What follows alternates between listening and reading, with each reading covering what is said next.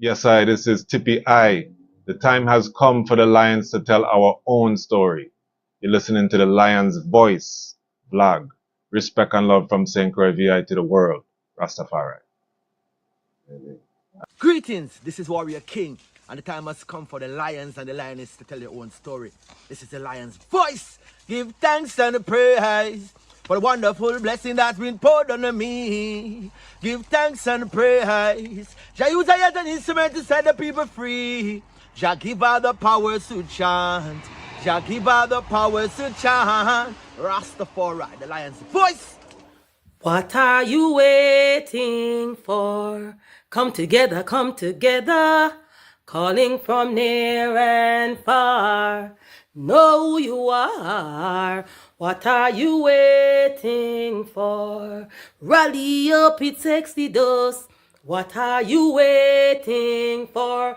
Ancestors paved the way for us. Yes, I am Ketis Oyonde, asking, what are you waiting for to come together?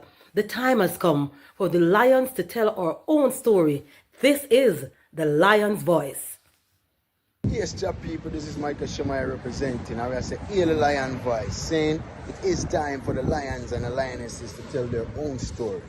King David killed Goliath with a stone, we original dread. The fittest of the fittest shall survive. My people, open your eyes, wake up. Blessed love, this is Queen Omega representing for all lions and lionesses. With the Lion's Voice, we come to tell our story. Rastafari, live it. Hey, the Lion's Voice, Rastafari. Amina, the time has come for the lioness to tell our own story.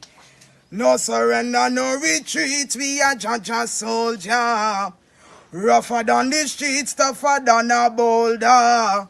Bigging up Lion's Voice. Now put it, I Jollifer said that. I will never stop, hail the Most High, and I will never stop, call Rastafari. Blessed love, this is Kushite representing for the Lion's Voice. We are here to tell our own story, Rastafari.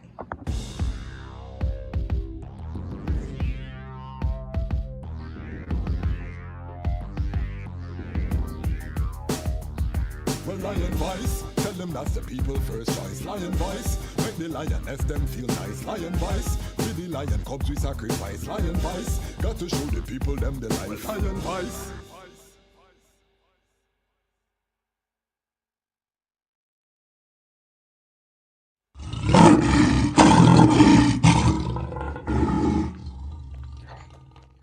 Jano, I'm so hungry, bro.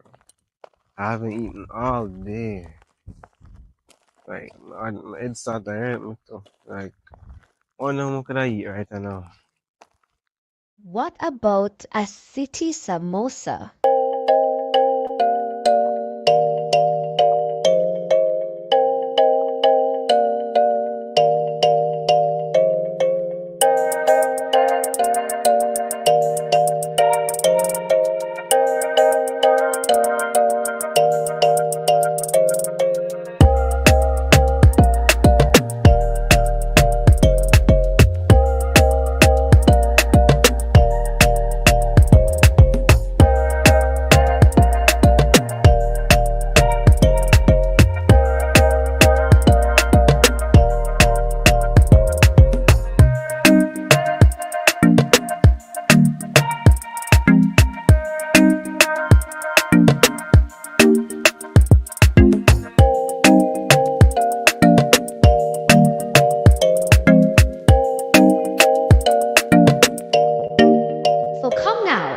Get your samosa, a fusion of Indian, Jamaican, and African culture. City samosas, the best samosas in the city.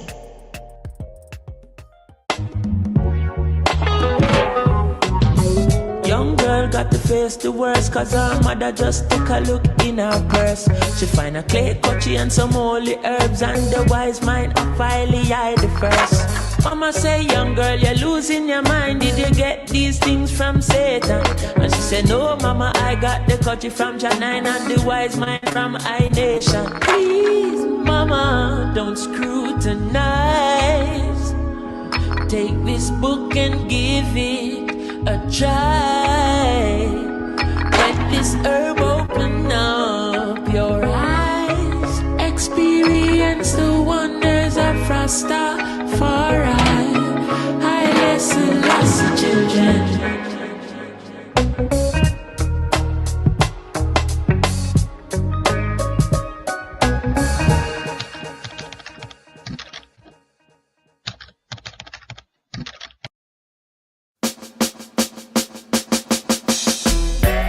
She's like the flowers in my garden, and her heart has never hardened, and she give me loving in the morning.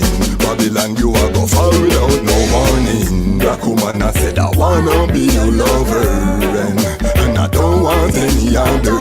You alone, I could have be my children's mother, but no struggle, so we both could help each other. And then I wanna be your lover, and I don't want any other. You alone, I could have be my children's mother, but no struggle, so we both could help each other.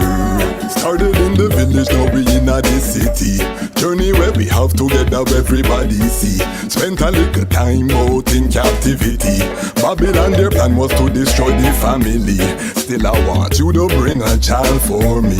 Maybe in the spring when birds are sing lovely, maybe we could plan to have a summer baby.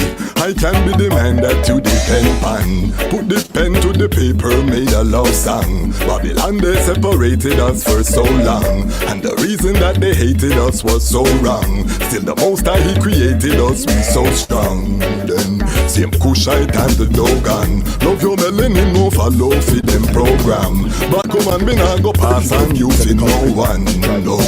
No one, that's my slogan. Black woman, I said I wanna be your lover, and I don't want any other. You alone, I be my children's mother. No struggle, we both could help each other. Then I wanna be your lover, and I don't want any other. You alone, I could have be my children's mother. No struggle, we both could help each other. She's like the oxygen in my flame. Loving when we have nobody can contain.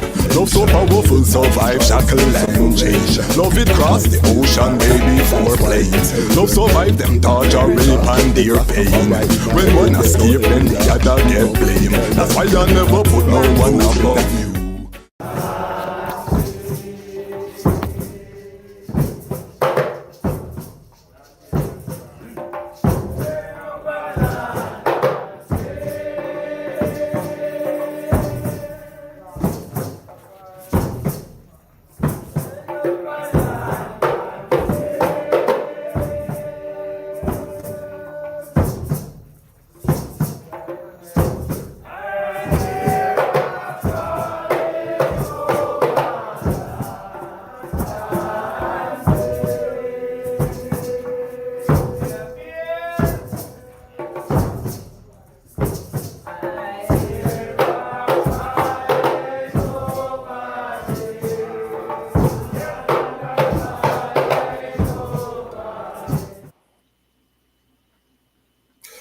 Greetings in that divine name of His Imperial Majesty, Emperor Haile Selassie I.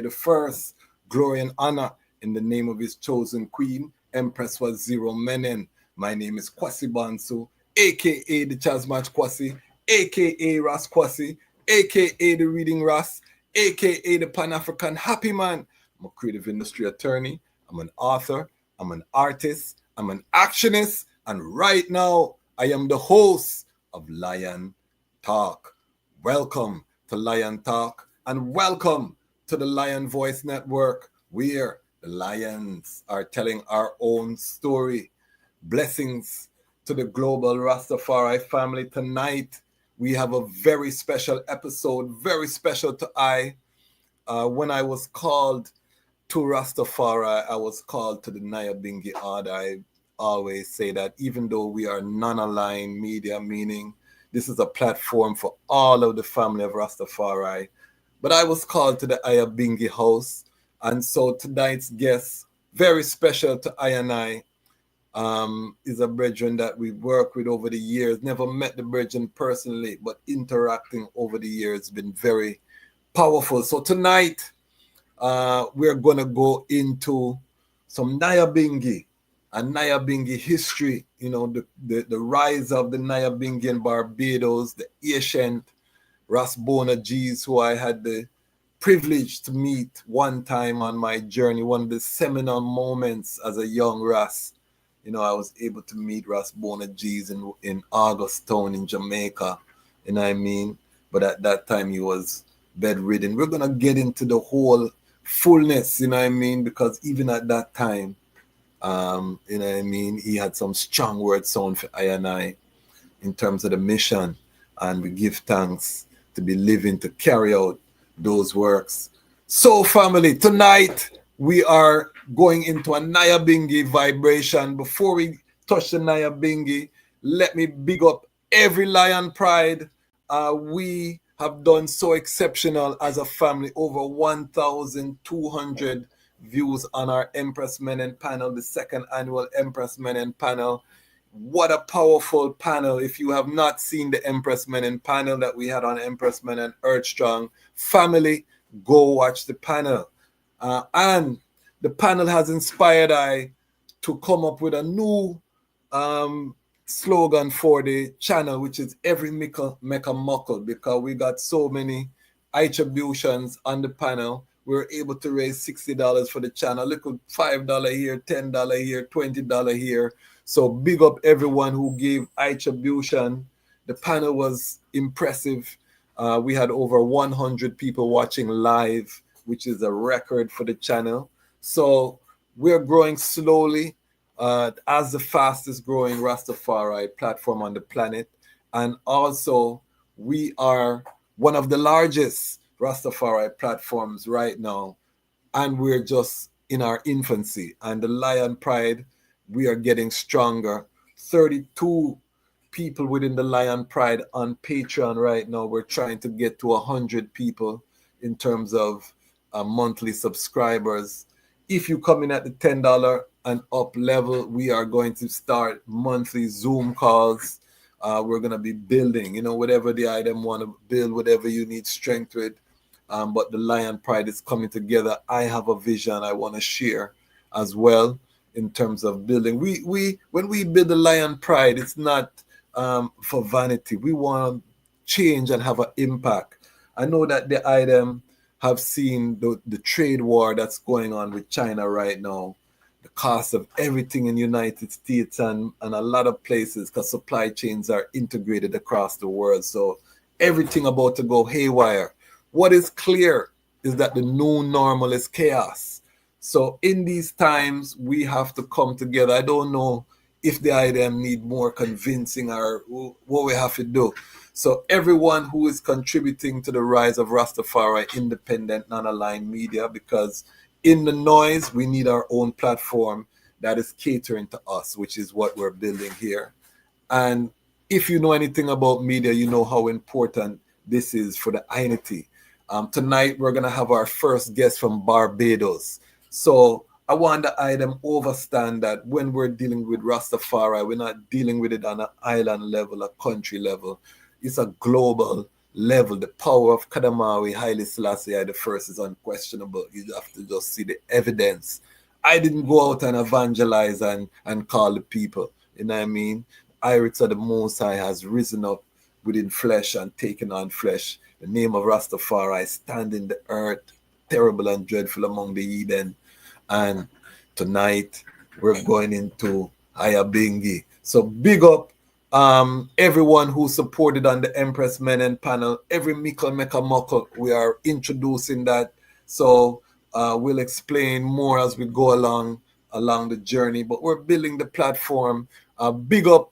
I want to announce, if you have not noticed, we have a partnership with Frontline Books. Frontline Books has come on board as an official sponsor of the platform, and we are going to be growing together. I am the reading Ras. How is it going to look if I don't have books and them things that offer. It would look like I'm just a talk. You know what I mean? So we're partnering Ras Sekou Tafari and I are coming together. We're gonna have probably a monthly segment too, where Bridget will come on and talk about one of the books in his catalog. So we're diversifying the type of content that we're providing. We are bringing together the Rastafari family. Watch it, Bill. It's beautiful. And this is one of my last episodes. Let me show the item what the Lion Pride on the Patreon. You see this now? Lion Pride on Patreon have helped I to purchase a professional camera, family. You understand? I'm learning how to use it. I don't have the fullness yet, you know what I mean? But the quality of the content is now going to get better because we don't ramp with the people things. We are building platform for the people, and we don't come here to ramp it out or to have subpar when we are the children of His Imperial Majesty. We deserve the finest, the highest. We are eliminating this poverty mindset from our people that we must be poor to be righteous. That is a lie, and His Majesty show us the example how we can trod within great wealth and still, trod within that righteousness, that service to the people from a position of strength, a lion to conquer, not a lamb to the slaughter. Different meditation. So big up everyone who has supported the uprising.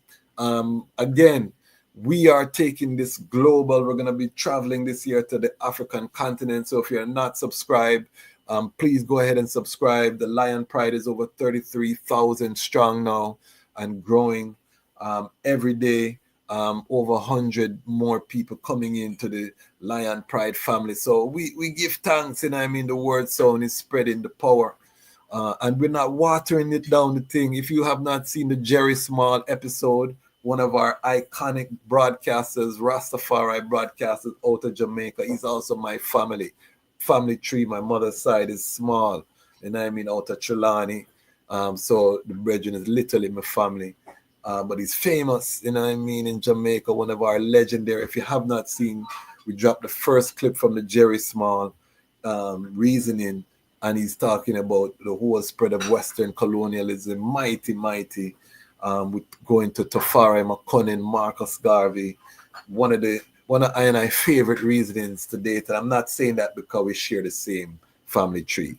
It's just a powerful. So we're building. So again, big up all of the Patreon, big up all of the Action Lion Pride. If you just like, subscribe, and share, we give thanks. You can give some contributions on the live as well. As we say, we're launching the every mickle make a muckle. So the little $5 super chat or Cash App or whatever you can do when we're on the lives, we give thanks for that. You know what I mean? Because we're building the infrastructure. We want to hire staff, editors, boom, bam, bam. And keep on growing the thing. So give thanks to the item, the Watch and Peep Lion Pride, big up yourself. Ubuntu Lion Pride, my brethren and my sister who give that one-time contribution over $70 US. Big up on yourself, you know what I mean? Economics, we're going to have a focus. I'm getting ready to do a whole series on Rastafari and STEM, science, technology, engineering, and mathematics. If the item think are ramping or go on the channel, don't think that, please. Rastafari, we have engineers, we have mathematicians, hailing the king. This is a mighty nation, you know what I mean? So we give thanks.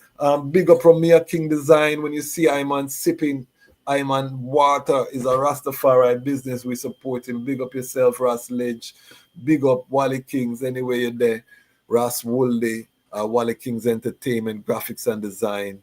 Our logo designed by Wally King. So we're not just saying this, family. We're circulating the Rastafari dollar. We are building our businesses. Support our youth entrepreneurs. You saw the City Samosa ad we played again at the ending. Support our youth entrepreneurs. We are opening the platform for Rastafari under 20. Free ad space on the Lion Voice Network, our youth entrepreneur program. Reach out. If you have young people, you have to be under 20, no 40-year-old youths. I'm militant against that. And I know in Rastafari, we like to call ourselves youth and we're 40. years old, but this is not for the item. Under 20, actual youth. I call 20 to 40, the young adults 40 to 60, mature adult, over 60 elder, 80 plus Asian. That is I man. You can disagree. That is how I man look upon it. You know what I mean? So within that fullness and strength, even though we all are Asian today, don't get me wrong. But Asians are days, Asian over 80 to I.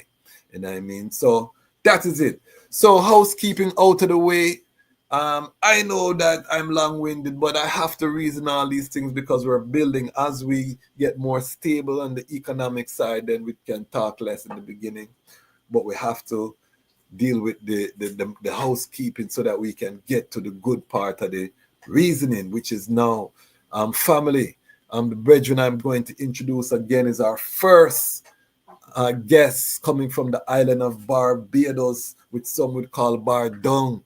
You know what I mean? I have a long history with Bajans because, Toronto is a lot of Bajans who grew up with, you know what I mean? So I always love Barbados and the culture. First girlfriend was from Barbados too. And I can tell the item that the Caribbean is one people, Africa, we are one people. That is one thing I always knowing is that the Caribbean, the culture, the vibration, one people. You know what I mean? So I'm honored to bring tonight our guest from the island of Barbados. He's one of the students of Ras Boanerges, our ancient, and we're going to talk about the ancient and how he helped to establish the order. He is a priest within the Nyabinghi order. He's also a tradesman, own a trucking company and run his trucks, delivery, logistics, them thing there, serious pillar in his community. He's a member of the Theocracy Reign out of the Nyabinghi, incorporated the Tran family that is also working as a collective of Nyabinghi houses across the earth, which is how I know the brethren. Powerful brethren within the order. And these men don't do interviews. I want the item know that this is a reasoning, and this is the power of the Lion Voice Network. We reason not just with the artists and the visible people, but we are reasoning with the ones them who are the workers. You know what I mean? And that is the value. It's time that we hear from the Lion Voice, the workers. And he's going to talk to us about a mighty work, 50-year anniversary of the Nyabinghi House coming to Barbados. This is a milestone in the Chad, and there's a big event plan. We're going to find out more about the festivities and all of these things. So, Lion Pride family, help I to welcome Ras Isaiah. Royal greetings, Ras Isaiah. Haile, Selassie, Rastafari. Haile, Selassie, glory to word, glory to song, glory to the power of the living eye. Haile, Selassie, praise in the eye, O Haile, Selassie, and I put I trust. I'll say to your life, flee as a bird to your mountains. For though the wicked bend their bows and make ready their arrows upon a string, and they may privily shoot at the raging heart. Let the foundation be destroyed, what can I and the righteous do? Hail Selassie is his holy temple. Thy throne is in Zion. Thy eyes I hold. Thy eyelids try the children of men. Thy triumph the righteous, but for the wicked and them that love violence, thy life feateth. Upon the wicked, thy shall rain snares of fire, brimstone, marble tempest. For this shall be the portion of their cup. As for I the righteous, thy loveth the righteous, and thy countenance doth uphold the upright. Blessed be the name of living eye, Haile, Selassie, Rastafari. And I give thanks, to be here. And the foundation, if the foundation destroy, what can any of the righteous do? So I'm here to keep the foundation alive and well and maintain that, say this is the foundation that Haile Selassie built for I. And that I must hold it close to I and make it stay. Even for the youths them to come and shut on. Haile, Selassie. Give thanks. Give thanks. As our custom, I'm going to ask Dai to step into the Lion Talk time machine and take us to the moment of the I birth. Where was the I born? Where in Barbados? What was the origin story? Because I want the I to tell the I story before we get into the topic. Ras Isaiah. Well, say I was born in 1963 Haile. in a place called Erie Hill in St. George. St. George is a parish in the middle of the island. You have St. Thomas and St. George. Them is two islands, them is two parishes that do not have no seas around them. Is two parishes that is in the middle of the island. So I was born in St. George. Grew up in St. George, usually more the country, and went to school. I went to school in town. In my first early stages, I was going to a place called St. Giles Boys School. Well, before that, there's a school, Belmont. I went to Belmont. And from Belmont, when you get to the infants B, go into class 1, then you go to St. Giles. And from St. Giles, then you do the common entrance exam. Okay. And if you pass the exam, you go to one of the older secondary schools, which is the ones that, and or there's a field. In that time there was a field school that they will go straight to this field school, which was a school named Parkinson that I went to. But then in St. George there was the new school that opened, St. George Secondary, so I transferred from Parkinson to St. George Secondary. Okay. Did they grow up in a Rastafari family or? No, okay. No one in my family wasn't Fari. I was going to school, and in that time in the 70s, because from 1975, after Boone left, the movement burst out because there was races before 75, but I don't know if the right word to use is timid, but there wasn't really because it was the real Barbados is a real colonial place. So it's only when Ital the Fari bring Ras Boanerges to Barbados that the races burst out. Explain some history for those who are not familiar with Barbados, because I hear that it's a flat island, no mountains. When I was in law school, I did studies about Barbados, how the brutality that took place to pacify the African on Barbados, and they would pacify them in Barbados and ship them to South Carolina. There was a huge link between the Africans in Barbados, but you couldn't, play no drum. There was some strict, judgment to pacify. Give the people some history of Barbados. Yes, sir. For Barbados, it is the most easterly island in the Caribbean. It's actually in the Atlantic Ocean. It is not connected to that chain. It is actually 100 miles away from the chain. It is an island chain coming from Trinidad, going right up a volcanic chain. And Barbados is not in that chain. Barbados is off in the Atlantic by itself. So Barbados is the nearest point to Africa from this point. So when the ships came down, Barbados was the point that where they used to land and settle. So what they used to do in that time is actually Barbados was a serious point where when the ships come, the slaves land, they would sieve them out in terms of they get the most docile slaves, the ones that most cool, that will stay in Barbados. The ones that give in trouble, they will ship off to Jamaica and them kind of places. So it was a sieving out of them things. And Barbados was a hub, a financial hub. And due to the fact, like I say, Barbados, all them islands in that chain, all of them is very mountainous. Barbados is not like that. Barbados flat. There's two parishes in Barbados that is mountainous. St. Joseph and St. Andrew. St. Thomas have a little piece and St. John have a little piece. But most of the island then is just flat. So this was the perfect land for the sugar industries. Because you know, say in order for the plant cane, you have to go a flat terrain. So then the English land on Barbados.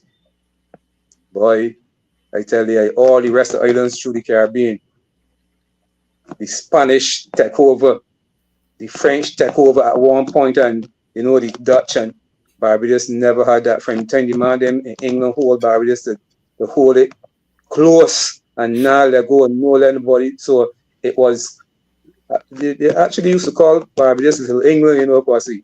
Yes, because of that whole, you know, and so there was making finance was making a good money. Actually, it was a financial hub in the 16th century. Barbados was the financial hub of the world. To the point where is that the mayor of New York, hear this was in New York wanted to swap New York for Barbados. In the I had to look up to remember the name and the year, but I knew it was 16th century. But that is how serious Barbados was. Yes, a serious financial hub. So it also coming from this kind of history, and the people holding it like so close, you know, say they didn't even want Rastafari in Barbados. Because I remember in school, I hear the teacher talk with these naughty head ganja smokers in Jamaica. Boy, we don't want them in Barbados. That was like in early like 1970. You know, but a lot of students. What happened is in Errol Walton Barrow was the premier of Barbados, then become prime minister, and due to the fact that how them come up, education was very, very important to them one. So them put a lot of emphasis on education and met free education for NA and them kind of thing. So a lot of the students then was shipping out and going to Jamaica to the UWI. So that is where the real Rastafari vibe shot out, from going to university. And you know, Bongo Water, Boanerges, and them all was there by the university, and Boanerges live in Blacksmith Villa, which is not far from the university, and that is where a lot of ones used to, you know, interact with him. Yes. So a lot of the youths in that went to Jamaica to the Mona camper end up citing Rastafari, but they didn't had the courage to come forward to Barbados as Rastafari. You know, some of them had to come forward, shave them head and do all kind of things. Our former Prime Minister Owen Seymour Arthur was one that out there cite Fari but couldn't come back with Barbados. Another brethren there that just passed away, Snuffy Marshall. But they had a sister in there, Ital, that she come forward with some big long nutties. And she, you know, but as a woman, you know, the role is going to be a little different. She comes with a t-shirt. But Ital Tafari was the one that, you know, and watch it, Ital was a white Barbadian, you know. He was a white Barbadian. And you know, the white Barbadian have a more privilege. Did he have any African within his bloodline, or he was fully European background? Well, yes, because I see some of his family that have black in him. He look really white, but I see some of his family that have black in him. But he had a cousin that used to come to the Nyabinghi near Laureline Hutchison, and she had some black in her for sure. Yeah, you see. But yeah, but Ikel had that privilege as a white man to come forward. So he come and, well, really and truly hear what happened was Kwasi. Ikel used to actually live by Ras Boanerges, you know, because what happened with Ikel started studying Rastafari and even did it as a thesis. But he get drafted because Paul was so strong, especially dealing with Bongo Water, Boanerges, that he get drafted and cite Fari. So in 75, in them areas there, the Bingi in Jamaica was a lock off. It was a lock off in Jamaica. I tell Talbone, boy, I think it's time for this movement make a move, you know. And, you know, it was hesitant to move, and Ikel and Ras Boanerges, I mean, he get a serious fight even for that tradition, you know, Kwasi, because that man them didn't even want to get Jamaican. Some man them even want to get Jamaican passport and all them kind of thing for it. So Ikel take his money, his personal money in his pocket, and pay for the fare. It was Ras Boanerges, Ikel Tafari, another brethren named Seymour Nedley, and Japar Florence. Them is the ones that make that trip to Barbados in that time. And they went all around communities, they went at schools, community centers, UWI, and, you know, chanting, and, you know, I had brethren here that Iral Tafari was one of the brethren that was moving with them, you know. I had man here that know here still that was there on the trod, providing them with herb to smoke, them kind of things. The other brethren, Ras Isaiah, he live in the States right now. He's one of the man that moved with them, and after them left, he went to Jamaica too. And when he went to Jamaica, he ended up standing on Gurney Hills and planting weed, and he ended up getting deported from Jamaica too. Yeah, so, you know. So what was the vibe in Barbados when, because this is 1975 now, Ras Boanerges, a delegation, and Ras Boanerges was probably getting a fight in Jamaica because Ras Isaiah looked European, because Nyabinghi was supposed to be, you know, blackness and emphasizing these things. So I know even within Jamaica there was, because a lot of time we don't know that Ras Boanerges was one of many elders, you know. You know, Jamaica had a lot of different elders, and some, you know, supported the work. Some, there was always that fullness within Jamaica.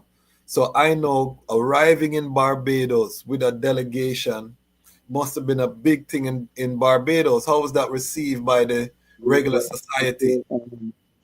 Before that, Ras Boanerges, as strict as he was a man with a vision, because, you know, all nations have a bow.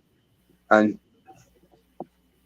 due to Ikel was white, he didn't stop that didn't stop him from showing Ikel the fullness and making me come forward, because Ras Boanerges is one of the first man that allow sistering to reason in the tabernacle and pray and them things.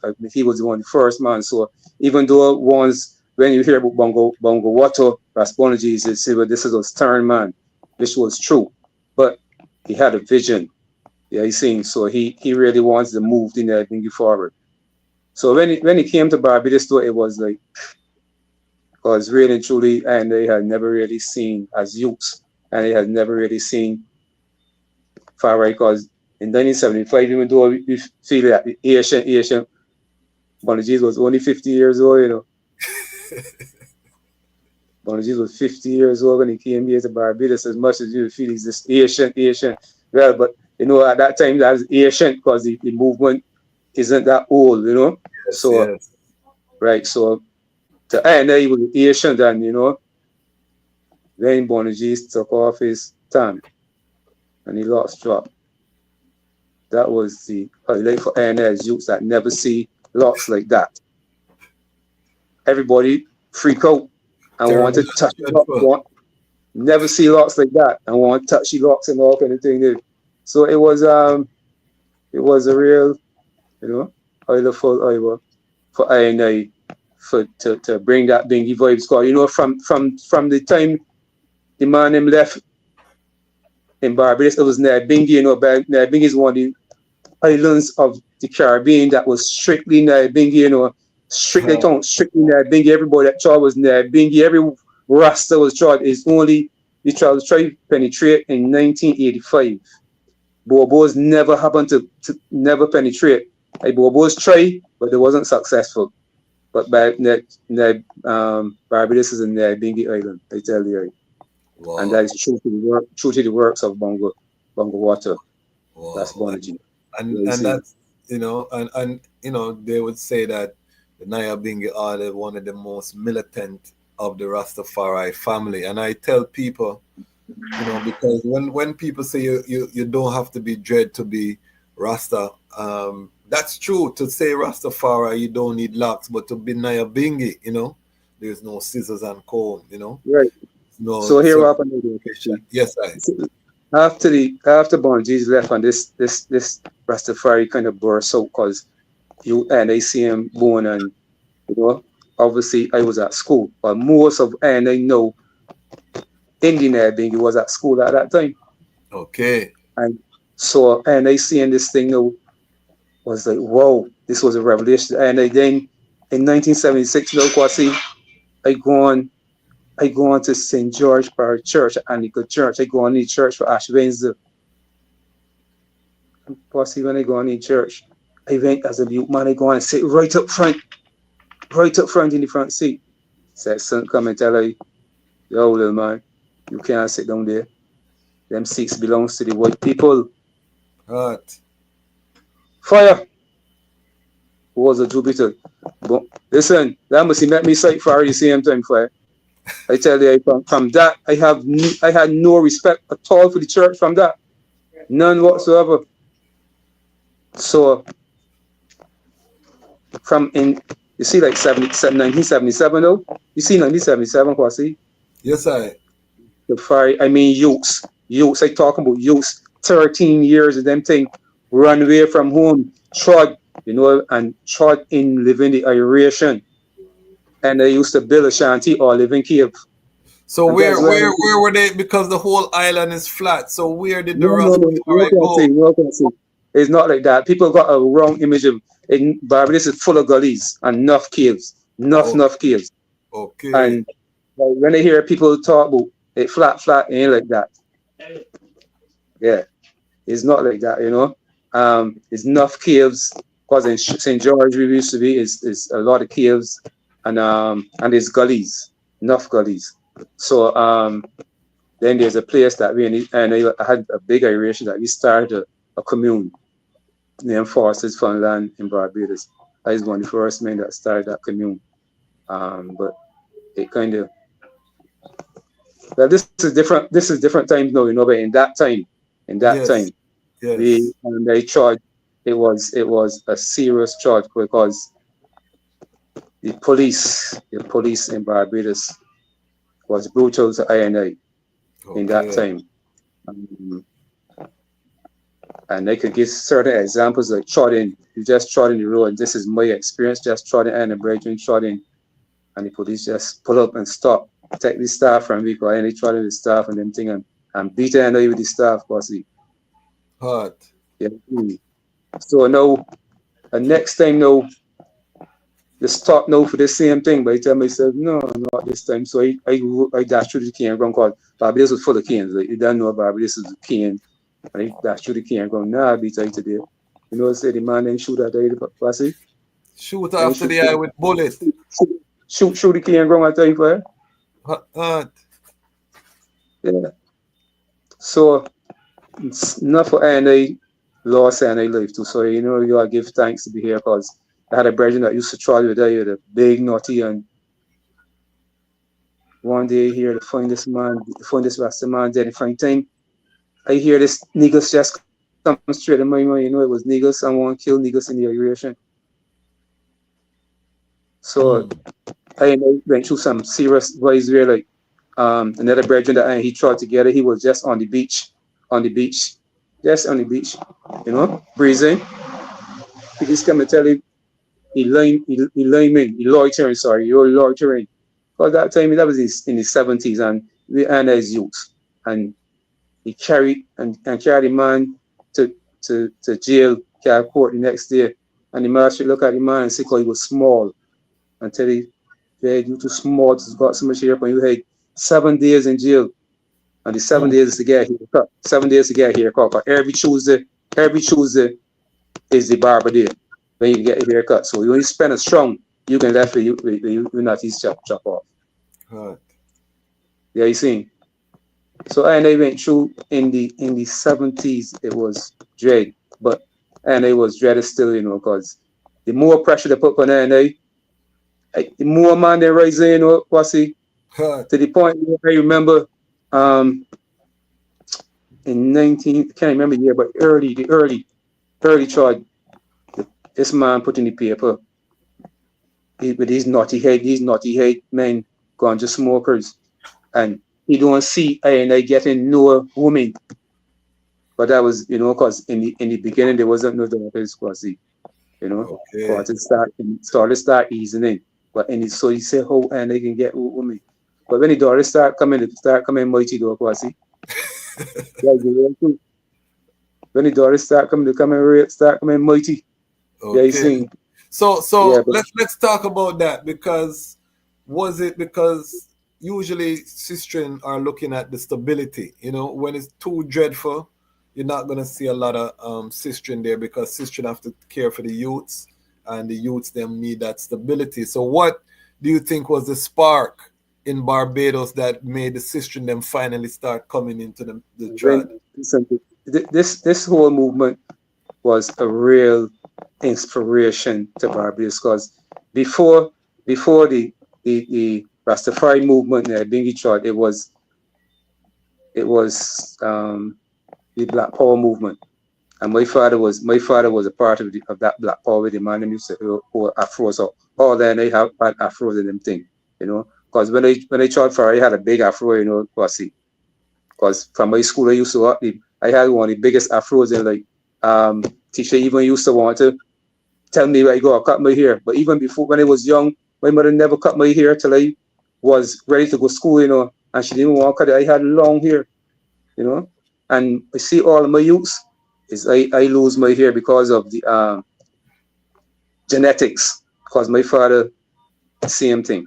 But all of my youths, what a mighty, when I told mighty crown that. I remember once from Jamaica coming to see my son, I kind of freak out on my son, that he child, crown big sore. Yeah, you sing. And my daughter, sure, this daughter, she didn't even 5 years yet. And she had a real big time, but and I had my good crown too. Trust me, I had my good crown too. But it is, I give thanks, I give thanks. Yeah, so coming forward to the sister, the sister tried same way, sister had that zeal too, and them tried same way, them they interested in the material, sister coming tried in the Iration and them kind of thing, and at that time the sister was on the same meditation as the man them. That's the real truth. It's only after time go on, and you start to come forward that do more than just living in the iration. Yeah, you see. Yeah, so but it's So just kind of unfortunate that in that time when they look forward in that time, enough of the sistering them and the virgin from that time just fade away. okay. So, what would you say were the peak years for Rastafari and Barbados? 1977. That's Seven. when, like I tell you, Rastafari burst out like something else in 1977. In Barbados right now, if you come to Barbados, go see people that come to Barbados is freak out. Just freak out because I feel Barbados got the most a lot of people per square mile. Because no, there's everybody that come to Barbados is when you come from Jamaica to Barbados is like very much because it's a small island and you be seeing dreadlocks, rust, enough of them in Rasta, but there's enough dreadlocks on the island. Enough Rastafari too, but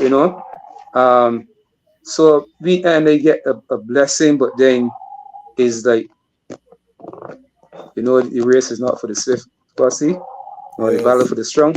He that Yes. endure and they Babylon weaken a lot and Yeah, man. but Worldwide. Barbados Worldwide. but Barbados definitely is a place that enough Rastafari rise in the 70s, between the 70s and 80s. And it was youth. So I could tell you it was youth because he was ones at 13 years old, was leaving home and trying to Rastafari 13. But you know, so on that note, Ras Boanerges told me that he tried Rastafari at 13 years old. Yes, Yeah. yes, yes. So, what was the influence of the music on Barbados? What impact did Jamaica and the music have on Barbados? Yeah. Well, yeah. In the times, one just used to sit down and listen to music. Music was very inspirational. I tell you the truth. When you listen to Bob Marley, Bunny Wailer, Peter Tosh, Culture, Burning Spear, Ras Michael, them, you know, and them was a lot of inspiration. I tell you, really and truly, the music is what do the bulk of the work in terms of spreading Rastafari. Yes. That is the truth. There's no doubt. I mean, whether a man want to fight music or not is the reality.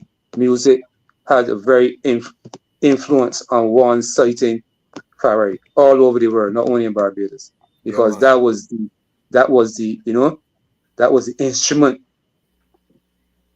Because like I tell you, the man them in Jamaica didn't even want to move the Nyabinghi, didn't even want the Nyabinghi leave Jamaica, Kwasi. I heard. Yeah. No, so music. As I said, not everyone agreed with Ras Boanerges' approach. He had a serious thing. He had a serious fight, you know. Boanerges was a man with a vision, you know, and even though he always something that ones didn't like about him is that the musicians, he used to give the musicians a big fight. Yes. But one his main reason for that is he said, man, when you come and get the word from the Nyabinghi and then go on making music from the word. And he was against that, making music, making money from the word. Because most of the man them get the inspiration from the Nyabinghi to even write songs and them kind of thing. Yeah, you see. So Boone was vexed with that, even though you know how the whole Scott Sparf, you know how this whole Scott Sparf go, because Boone had told them to don't take that land from Bob. Boone was vexed. Yes.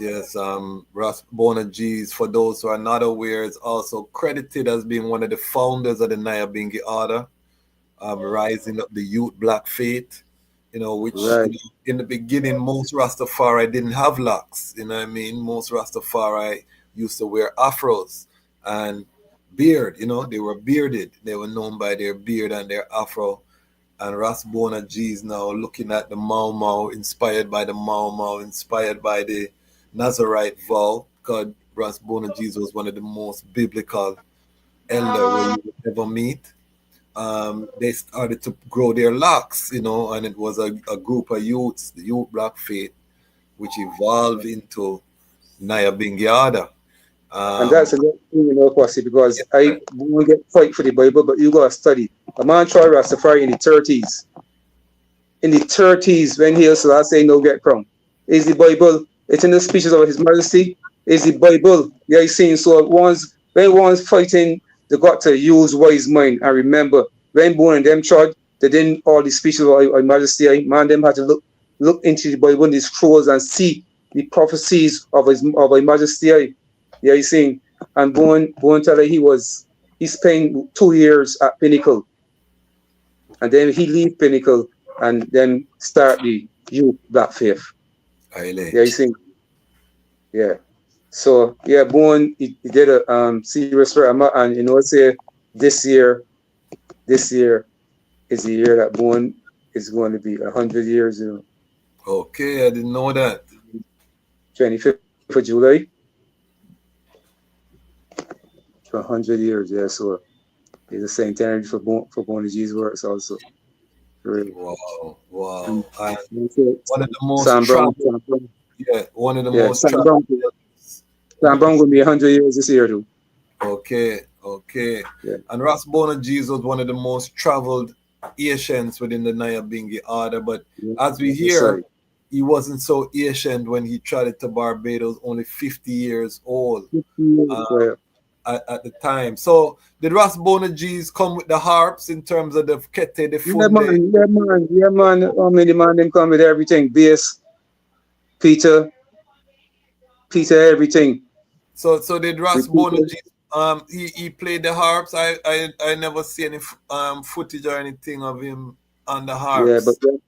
yeah, that man didn't, he could play harps though, but he was always at the younger one. All right, here this when them came to Barbados, then a dedication came to Barbados in 1983, and Yes. that dedication consists of Ras Boanerges, Bongo Time, Pa Shanti, In the Joys, and Ras Ivory, young fleshy Ras Ibo. Or Ibo was a Peter man, Ibo was a youth. You don't know he was a youth 20 little bit, and that Ibo, so he would come as a young Peter, young Peter man that time. And that trial was a very, very inspirational trial for NA because the tabernacle was established in 1981, was built in 1981.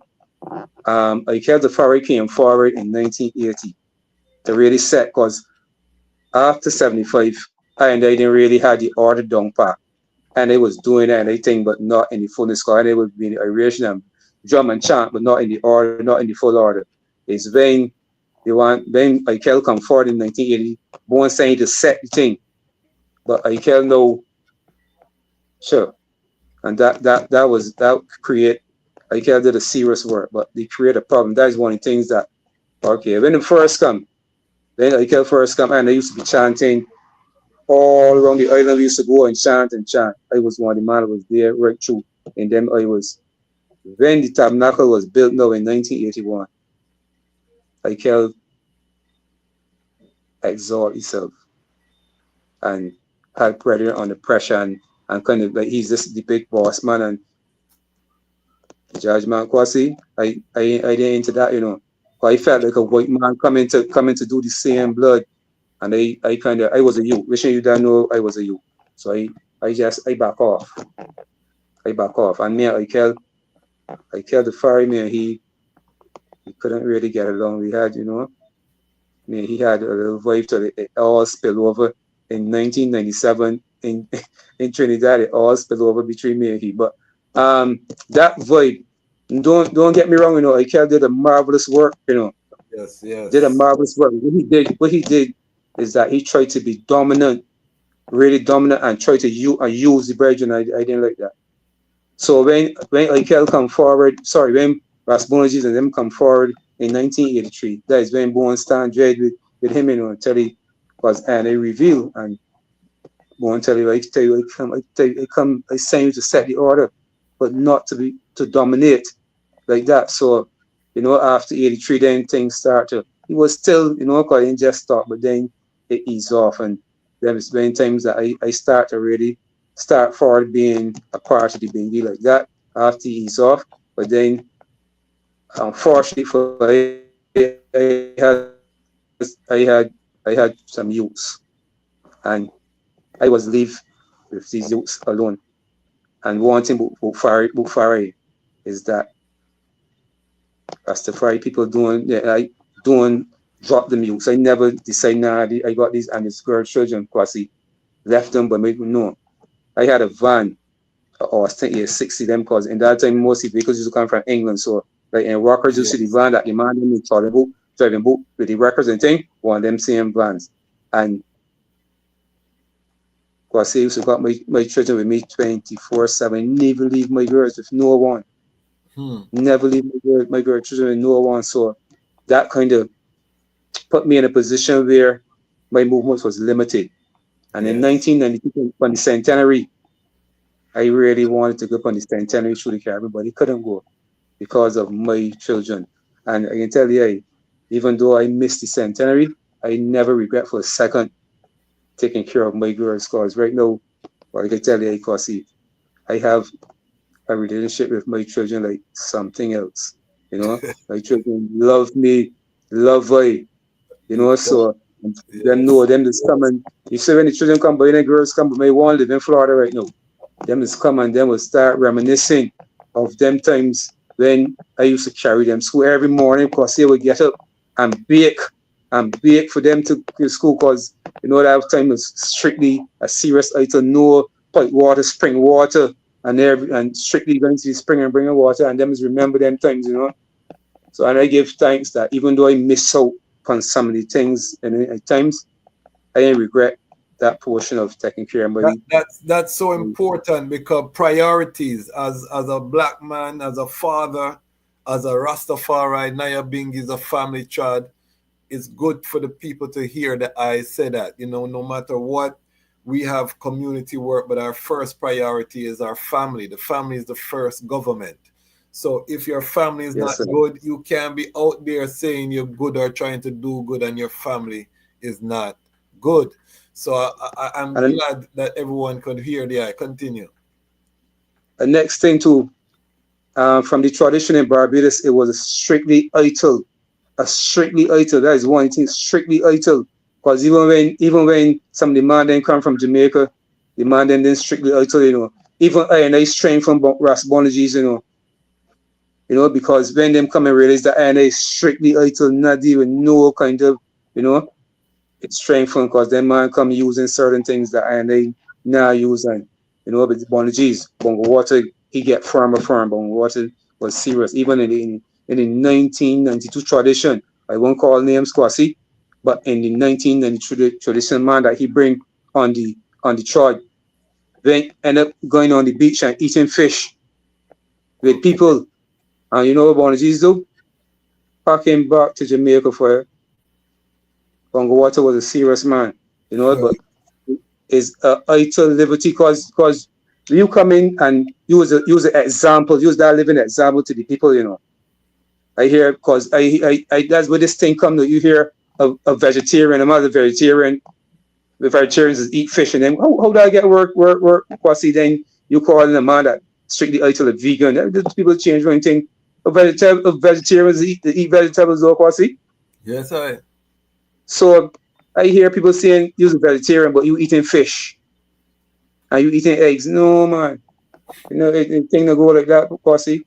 Then you come with this foolish vegan talk and all kinds of Yes. Ital is different than vegan. And one of the things I learned recently, you know, reason with Ras Isaiah, Mama Faraika, different ones, is that there was a battle in Jamaica within the Bingales. The Bingales wasn't always Ital. You know, a lot of the first Asians were fishermen, and they ate fish and thing and different things. So it was really the youths them that come and start bring this militancy, you know, in terms of Ital kick over people pot on the Bingy ground, and it was a whole war. You know what I mean, in terms of establishing, and then Ital win. So that now the Nyabinghi is associated completely with no flesh, you know what I mean? No anything. But in the beginning, you know, one of the first Bingy grounds was at Bob Marley Beach in Jamaica, you know what I mean? Rasporo and the elders and them things. So I didn't know that at first. I thought it just started Ital, you know? So Bongo Water was part of that Ital revolution. Right. So one of the things with Bongo Water that I learned is that he always gravitate to the youths, you know what I mean? And the youth energy. And he really, you know, because even the civil war that took place between Jah and Haile Selassie in the Bingios, that was a civil war, you know? Some people say Jah, some people say Haile Selassie, because that's my era. When I came in, that was the end of that war was taking place. You say Jah and the eyes is a man war with you, you know? Heretical fire, Psalms reading and back and forth. And, you know, Nyabinghi is a very heretical kind of vibration. And, you know, a lot of that, again, it's the youths them that are coming up. What I would love to know from the eyes, do you see that youth energy in Barbados right now? Are there youths treading up within the order in Barbados? No, there's not that youth energy because it's kind of very concerning to I because all of the youths turn aside.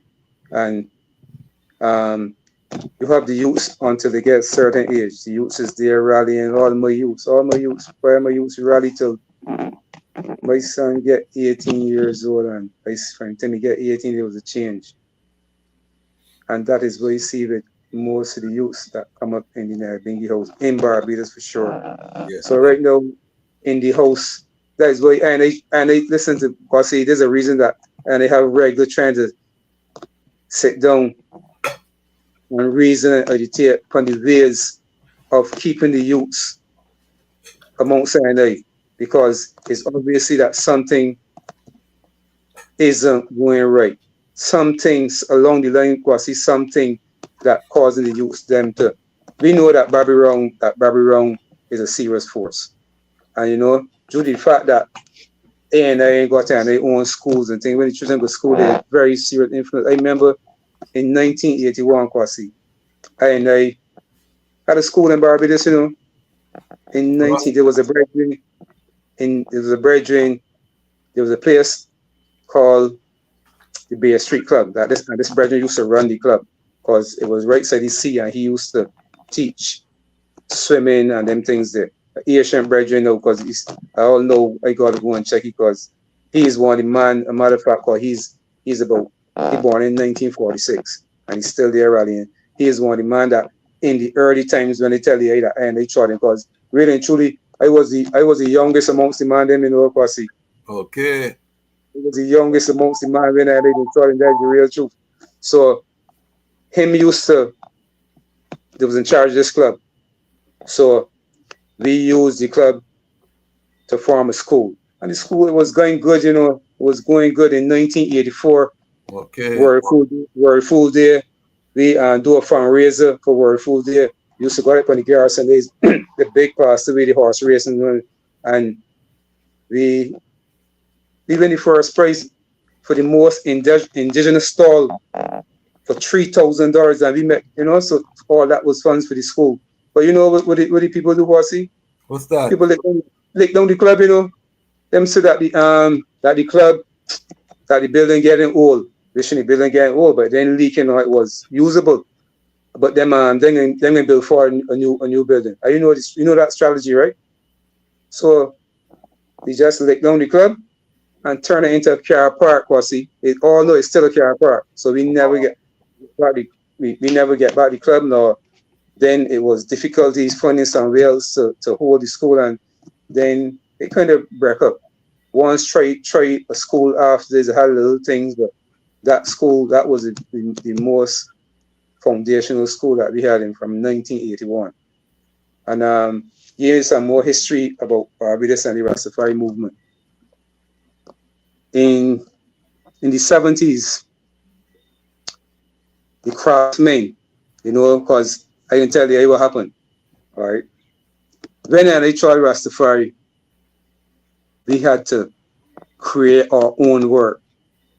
We had to create our own work. I from going to school, I didn't like mechanics, Kwasi. I didn't like mechanics from the time I was a youth. I always used to be under somebody carrying him because I didn't like mechanics. But I come from an artisan family. My father's a carpenter, my grandfather's a boat builder. All in that line of carpentry was my thing. So naturally, I grew up naturally as a carpenter, that truth. Always, in that thing. But I love mechanics. But when I tried fire, I know living in aeration fire, I said, nah, boy, you see this mechanics thing? Or this grease thing, because that time, and it was Ital, fire. Ital not using the soap, and then we used to make we own soap from bush, fire. Okay. So I said, nah, but you can't deal with this mechanics thing. So I switched, I went doing my carpentry. Because I can tell you, that was in my blood too. So I was working on a house in 19. Okay, let me read it. I leave the aeration in 1980. Hold on. Stick a pin. When you talk about aeration, describe the aeration. Is this rainforest? What kind of aeration we talking about? Right, aeration is living in the bush, living in caves, got shanty in the bushes, away from the society. That's where and in Barbados called we living in aeration. So in my first years of Fari, after I traveled from home, before I was 16 years old, I went living in the bush. So in 1980, I came out to the aeration because I was living in a place, the same forces Funland, and some scenes start playing, and one brethren that I bring in the aeration, Kwasi, man start exalt himself and saying that he is Selassie. In the aeration, the man get a crow. So, and he had a thing, a real ones coming the aeration. So I tried the aeration. So when I tried the aeration, I went forward home at my mother's place and they built a shanty, a little gates in the back, because the land behind my mom's house was going straight down to the gully. So I built a shanty behind there. And I went forward doing carpentry. Because say I was never one of them man that sit down and learn. I never was that. As a man, I love to work. All know I love to work. So I went forward doing carpentry. And I was working on a man's house in the same St. George, and I get injured on the job. We was at foundation stage putting up boxing, and I get injured with a piece of steel. So I had to go to the doctor and things. So when I heal now, the man was the manager of a lumber yard. This place called the cotton. It was a place that used to be a cotton factory where they used to make cotton seed oil in the early times, but it get changed into a lumber yard, a highway, and them kind of things. So he was the manager of the lumber yard, and he asked me if I want to work in the lumber yard, operating the sawmill, sorting the lumber. That ain't no problem. So I said, well, I can go and do that job for the time being. Working in Babylon, because really and truly, much people didn't get a job in Babylon that time, because before then I was selling nuts, because you have to create your own space. So when the man came for the morning, I in my shanty, Kwasi, and my mother come and tell me the man here, make on to the man tell me, boy, if you get this job, you gotta cut your locks, sir. Kwasi, I smile. I just smiled at it for my shanty and left you like true. So then after that, my mother come and tell me, man, he was only making sport, man, because he tested me to stuff out of the yard. But in 1980, I dreaded Kwasi. So he just come to test your faith. Yeah, so I ended up now working at the cotton factory. And Kwasi, say that how my whole inspiration, how I am, I ended up being people telling me secrets that nobody should know. I end up knowing people confiding in me and all kind of thing. And they're big man, that's big politician, man near ear hopping. And I find myself in a position where boy, go on here. I mean, I know things Kwasi that I shouldn't know, and holding, I say, gee. Anyway, because people is love I. People is love I because of my personality, and people is love I. So then, unfortunately, a manager carry away $7 million. $7 million in 1983 is a lot of money in Barbados. It's a lot of money, and the man this man drive the airport. I could see the car drive, a Mazda 929. Drive the car to the airport, get on the plane, and never come back, never come forward for it. And the company feels that if that was a black man, they would run them, people like them playing them can't find he. If that, they would find me, Kwasi. And this man, so the company feels it. And the company went in liquidation and all, and then they closed down in 1985. So in 84, I get laid off in 84, the any year. They only had a skeleton staff just to sell out. And in a couple of months in 85, the company closed down. So after that, I went forward to my carpentry. I went working some land because I always used to work piece of land. I always used to work piece of land behind it. So then my grandfather gave me his wife gave me a 3/4 acre of land. And then I had another acre and I was working this land. But she was turning over the land in my name. Stick up in. When did I say working the land? What you're planting? What were you planting? Planting the land. Planting. Yeah, what type of crops? What type of crops? Paint the picture. This is a blockbuster movie we're listening to. Paint the picture for us. Carrots, beets, beans, potatoes, yams, cassavas, all them kind of thing. They had banana trees, had a couple plantain trees also. Unfortunately, Kwasi, the woman told me, listen, she's going to turn this land over to me. So like next strong, she can carry me in the registry. And Kwasi, the woman catch a stroke the weekend though. Hurt. Yeah, I never really recovered. So the land there no left. She found me start fighting for the land, so I just back off. I back off because I ain't got no because she wasn't family to me. She was my father. They didn't even marry. She wasn't even married. She was my grandfather woman. They wasn't married. So I back off and leave that. So I going for the carpentry serious now and it made the same brethren Ras Ali. I tell you, I got born in 1946. And he's a carpenter also, and he ended up being the Rastas carpenter. Building Rastas, the houses for Rastas, and we did that for a number of years there. But then I had a family that time. I had a woman and children, so I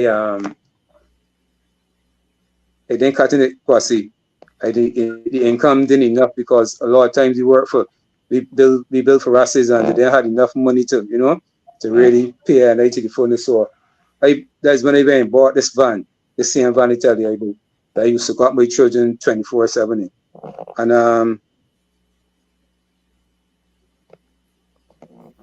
I then from I buy this had this van, I used to do real movements for Rastas because them had much Rastas had vehicle in the 80s. Yeah, you seen. So I used to like be doing this and going like Rastas hustling coconuts to sell to bakeries and doing things. I used to be doing a lot. So then I buy a bigger van, I buy a Volkswagen. Open back Volkswagen. And my first job probably about 1988 or so I went in the Bridgetown port to bring out fruits from the port for Vincentians, because Vincentians from St. Vincent, which is 100 miles from Barbados, they must bring up food to sell to Barbados and also to Trinidad and send a boat full of food to Trinidad and Barbados. And they went in the port with this Volkswagen to bring the food. Well, of course, that turned me into something like I end up now just doing trucking, I end up doing this work all the time. So they end up buying a bigger truck and I end up in trucking, but it ain't nothing that I set out to do, Kwasi. I didn't set out to be a trucker. It come automatically, it come on to and from being industrious. And this is the image of the Rastafari brethren I want to show to the world, because they are not just sitting down smoking a chalice or smoking a spliff and reasoning, and the days go by and you're neglecting your children. You're taking care of your family. You're being industrious, starting business. You know what I mean? This is the side of Rastafari the world does not get to see. And we're going to talk about now how the I, started. Yes, you saw the Nyabinghi, but how did you become now a priest within the order? Because I was trained as a priest within the order of the Nyabinghi, and oftentimes I administrate. If the ones them come at DC, say we did it. But we were trained that everyone in the Nyabinghi is a prophet, a priest, and a king. You know what I mean? That was a teaching that I got as youths in the Nyabinghi order, and there was different aspects to each of those and training that took place, But how did the I become a priest within the order? The question is, Kwasi, how did I become a leading priest? Okay. Because how did I become? What happened is that throughout the years, it was always there throughout the years, and this is something that happened through to different instances that are gone. I was there, and we had Ras Mike. Me and Ras Mike used to for a while. Me and Ras Mike used to do the administration. Ras Mike was really supposed to be the priest, but Ras Mike but I was doing more of the work. Yeah, you see. So when the Asians them come from Jamaica now, the Asians say Isaiah must be the priest.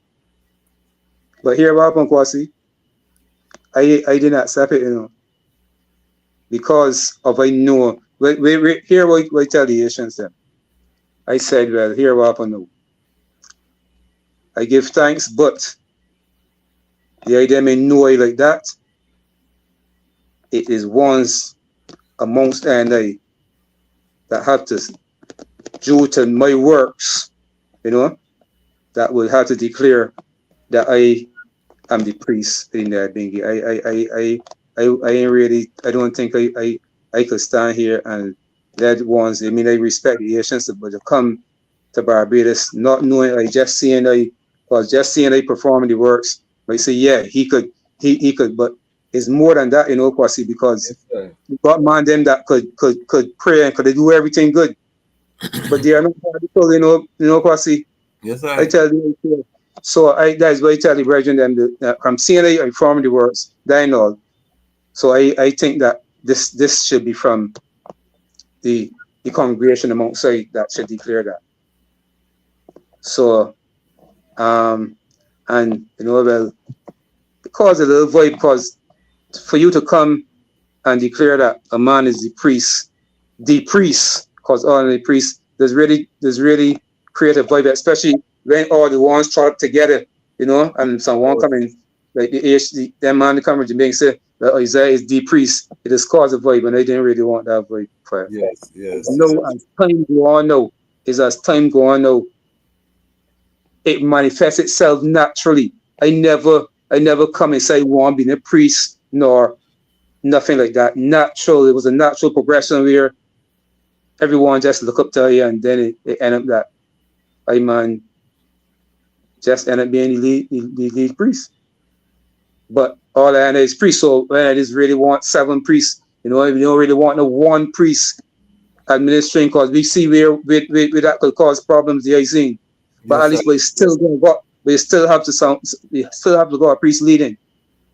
You still have to got someone leading. Yeah, it's an order. I mean, there has to be an order. I always caution against the term high priest. I think Haile Selassie the first is the high priest, and that is the sound I ever block. I'm very weary when I hear them sound they use within the Nyabinghi order. But as you say, in terms of administration, there have to be roles and responsibilities. It cannot be loosey-goosey. I don't support it just being Irish either, because you have to have order. The Psalms and these things provide structure. You know what I mean? Because I remember even the discipline of memorizing the Psalms, these things make you meditate, and it takes a discipline, and because His Majesty coronation, you had Psalms being chanted. Psalms of King David is part of the chad, you know what I mean? Because it relates to the coronation when the priests were chanting the Psalms of David 7 days and 7 nights before the crowning, you know what I mean? Or I think it's either 7 or 49, I can't remember offhand, but one of them, whole heap of chanting before the coronation. So the Psalms and these things within the order to I is very important for the structure. You know what I mean? Did the fire key, all of these things, did the elders come and teach the I, or how did that knowledge come to the I? That was taught to from the Asians from Jamaica, because Asians used to be always from 83. Asians Bonsu used to be here really regular, on a regular basis. Bonsu here regular, so that them teacher and I. But upon another point, the tabernacle was built in 1981, Kwasi. Okay.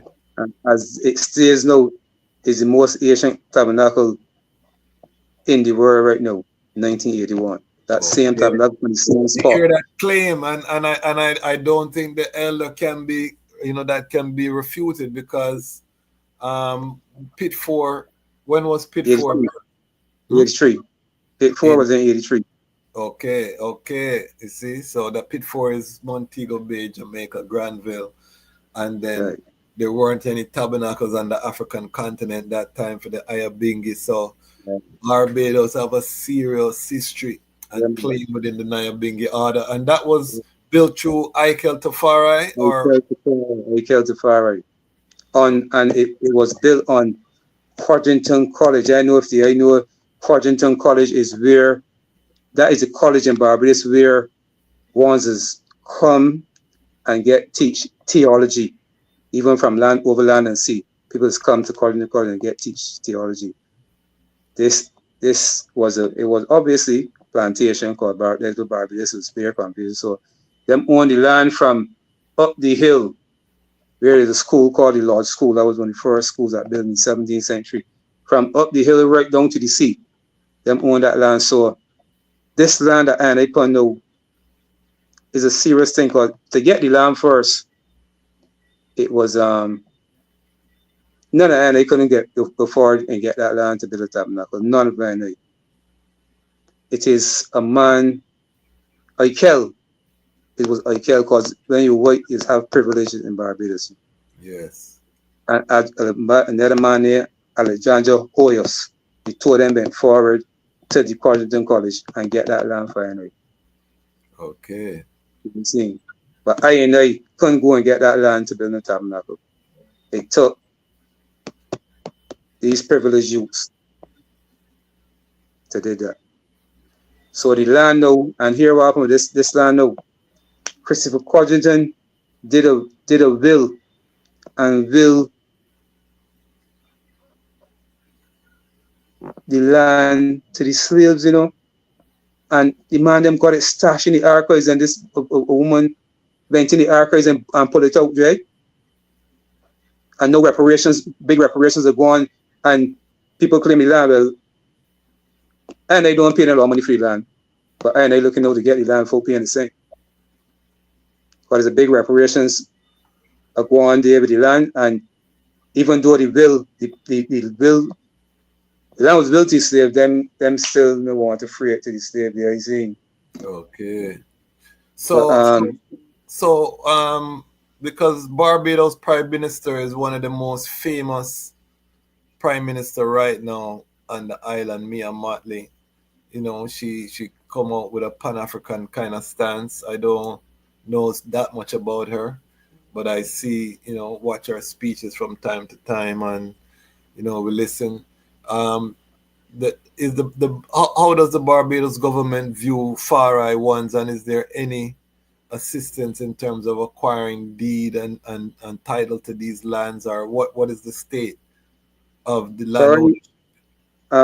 You got to be careful what you say, and some things that I want to tell you, I will tell you personally. You see. Yes. Appropriate the platform. Yes. No. Right, but here about one. Before Mayor Morley become Prime Minister, she had a good rapport with I for sure. She had a good rapport. I could call her. She called me. We had a very good rapport in that. I remember they had all two of phone numbers. I remember one night, police ran board tabernacle about 3:00 in the morning. And right away, I called her. Obviously, I hear but she called me back early morning, and I tell she was going. She said, okay, she can deal with it. And she did that with it. And we had a lot of meetings before she was Prime Minister, when she was the opposition. But, and I could see that she would have been the election, because of the next man, the opposition. He was going on like a colonial fella, and he didn't want to hear nothing from Farai and them kind of things. But she's a great politician. So she was there for her, and I had meetings. I had about 3 meetings with her. She told me she can we had problems with the daughters had a rap that if they got to take a photo for them passport ID, that they got to take off the head. And she said no, she can deal with that. She did deal with it when she came in, but she promised I personally in Nyabinghi, she had promised I some land, because the government got some land, and with all the amenities in terms of we ain't just get land and then we ain't got no water, we ain't got no tractor. She promised everything, but Kwasi never get anything. Okay. Apart from that, she never respond to none of my calls. my WhatsApp messages on the sense that um, Rastas in Barbados is going through some pressure that is not right now because in 2019 they wanted to introduce the medical marijuana to the island, and them felt that them knew actually that in order to come with this after you all the years that you kill and I jail and I persecute and I to the fullness, for you to just come and say, well, we can do a ganja bill. That's trouble. So what they did know is them decide them going to do a bill for I for the just for the tabernacle, a sacrament bill. They're going to do the sacrament bill. This is just to make it seem like they're giving that blood, So them do this. So before the sacrament, then we hear sacrament bill and they say, yeah, we can write the prime minister and them and give them and show them everything and do a bill. What and they require in the bill. But then we wrote the letter, send it in, and they never pay any money. They just do the things that them had to do. Them so the sacrament bill is a bunch of nonsense, Kwasi. Okay. Not a bunch of nonsense. They say in this bill you could only plant X amount of weed. Them can come and check the weed, and if you plant more than you could get 10 years in jail. If you're near a school, you can't plant it. If you're near, when they read the bill, right, it was like, whoa, makes no sense. So, since the bill, and I have a brethren, Rasimba, that fighting actually put the attorney general in court. Case still going on, case going on, and they would not try the case adjourn. Don't care how. All know he just send a message to me and tell me he got to court. It's time for this month again. Time for next month. Time for me. We want to know more about that. They have to keep me in tune because the Jamaica's going through the same struggle with the Sacramento. But here this Kwasi. The thing get worse, I can be honest with you, since my monthly become prime minister, it seemed to get worse. Okay. Because right now, as I speak to the eye, and I go down the road, and the police stop my vehicle and find weed in my vehicle, they want to know where I live, and they can come at my home and dig up my home. That's what's going on right now. Brethren now get hold. There's some monkey weed there, and they went and dig up the man place, but the man even want to carry them at his place because he know where he had home, so he carry that he girlfriend, but he ain't live there, and he's trying to let she know that tell him that he lived there, but she ain't understanding. She going to tell him that he ain't live there, and to dig up the house, you heard before in the house, they charge she for that differently now too. What? So right now in Barbados, I can't figure out the thing going backward. Because here we're going now, there's a lot of killing going on in Barbados. Okay. For a week, like X amount of people get killed. I don't even follow it, but stabbings and shootings, and for the year they got more than 16 murders occur like that. And what I'm doing now is blaming ganja for that, Okay. That's what I'm doing, trying to blame ganja for that, and really and truly, right? I'm fear, because the politicians, we have some politicians that doing some injustice that is causing this evil, Kwasi. So there's a lot of things, a lot of going there in that realm there. In terms of ganja, there's trouble in Barbados. Well, this is why Rastafari independent non-aligned media is so important, because we wouldn't know, by looking from outside, that Rastafari are still being persecuted in Barbados. Especially when we see the Pan-African president, and one of my viewers who always have information. Big up yourself, Johnny Johnson. He said, Sistren Honorable Mosley, head of CARICOM, addressed the African Union in 2025 in Ethiopia. In a de facto sense, she represented the 77 million FBAs and CARICOM 6 region of the African Union diaspora. So you see the kind of image they have. They would never think that she's or her administration is persecuting Rastafari underground. This is why the media is so important, family. If you're watching live and you can give an attribution to the platform, we do have super chat option, the CashApp or Zelle. We are generating information for the family, but it costs because we're building an institution here. Because we should have people on the ground, and our media is our soft power. You know what I mean? If they know that we can bring light to things, because all of the Caribbean is using Rastafari intellectual property for tourism, you know, and I bet you Barbados is not different. If you go to Barbados, I bet you're going to see red, gold, and green at the hotel, you know, probably a Rasta hat or something. You know, what is that connection? Are they using Rastafari to promote Barbados? Do you see that, Honorable Priest? Yes, most naturally that would happen because a lot of the tourists that come just gravitate towards Rastafari. That's the real truth.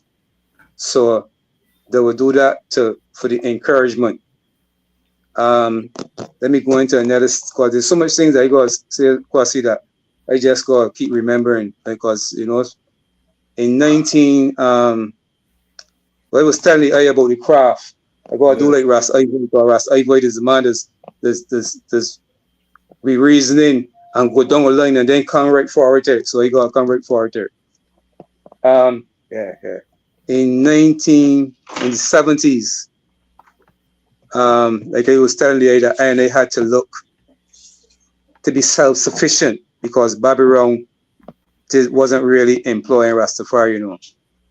That is the real truth, Kwasi. Probably it was hard to get a job as Rastafari. So that is why most racists end up being self-employed. A lot of ones start to do leather craft, making shoes and them things there. And in the 70s, I used to sell this. The main street in Bridgetown is a street called Broad Street. And one of the biggest stores is a store called Cave Shepherd. And between Cave Shepherd and Norman Center, another big store, is an alley. And in that alley, Rastas take up that alley and start to do them trade in that alley, making the shoes, belts, doing the craft in that alley. And you know, naturally, once rare Rastas they don't know herb had to be there. And Ital food, so man, them used to come down and sell Ital food, because even when I was working at the cotton factory, I used to leave my work for lunch and go to, we used to call it Rockers Alley.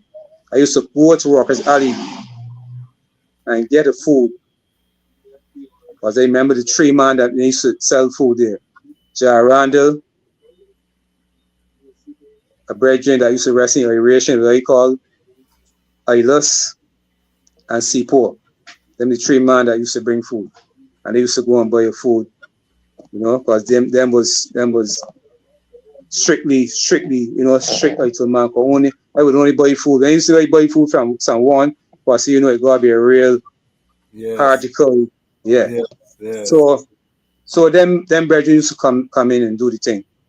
In 1981, December 1981, Kwasi, I get up on a bicycle and I go down there to get my food. When I get at the back, a Cave Shepherd come to the back, there was a car park. There was a brethren that used to rest in the same Foster's Fan Land. I named my son.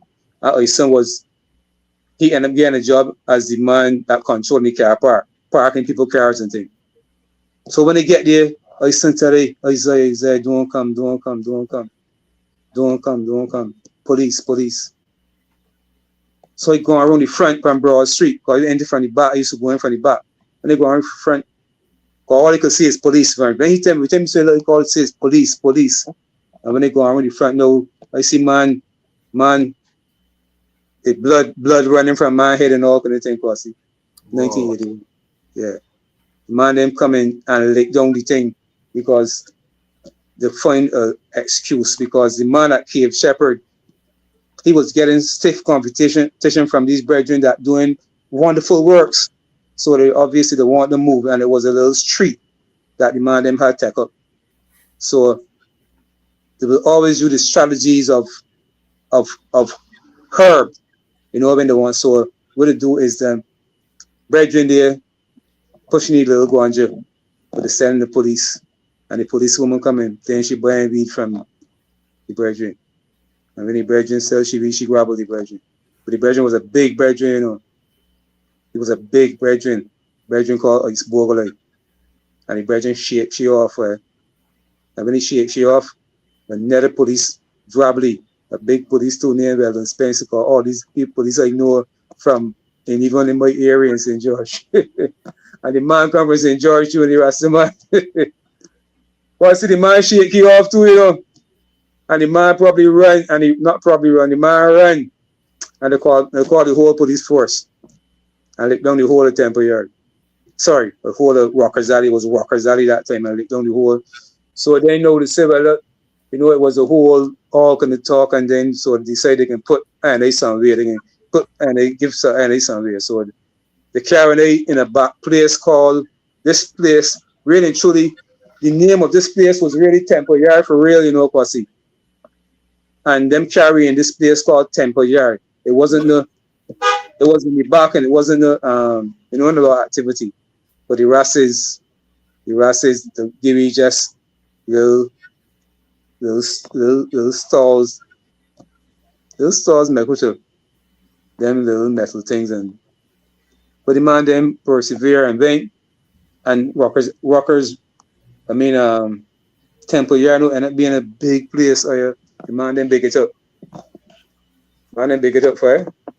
The vibes, yeah, and I have the vibes. Yeah, the man them big it up, and so they become now a place where when Rasses come in town and you want to smoke, you go to Bridgetown straight to Temple Yard, you know, to Rastafari. Dejazmatch Kwasi. You know, say the people come and lick it down again, though after it get big up. I say there's something around 2000-ish, so but I ain't got the years down pat. I can remember good when Rockers Alley get licked down because I was there. But I can't remember exactly, but around 2000 the people come and lick down Rockers Alley though. I mean Temple Yard. Come and lick down in Temple Yard. Then they move the Rasses across the other side of the road now. And then they call it Temple. The man them call it Temple Yard again. It will be the other side. And action, nice area, because anytime Rasses go down, you want Ital, you want some place to sit down and relax and smoke. That's where to go. Kwasi, you know, see the people now lick it down. Wow. Again. Valuable real estate. If you don't own it, and Mayor Morley used to come in Temple Yard, and that's before she was Prime Minister. She used to come down there when the man got sessions down there, and you know, say this, she can do this, and she can do that. But here what happened, the sin of the lick it down, and the claim say they can build it forward. So right now they got it bar around with the plywood to building, but the PR now for them, it was supposed to be finishing in July. The PR said no, that she don't know when it can finish. And is it going to the Rastafari community when it's finished? And is it who owns that building and that land? The land in the building, of course, you don't all the things is the land. The land is owned by another minister family, a woman called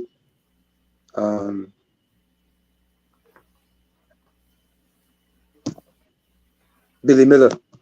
Okay. The Millers. And them is family to my mother also. Does Rastafari community in Barbados own any land collectively? Only. I know No. individual brethren and sisters No, own land, no, but I'm saying no, Kwasi. collectively. Eh? No, no. What Go on. happened is that the Prime Minister gave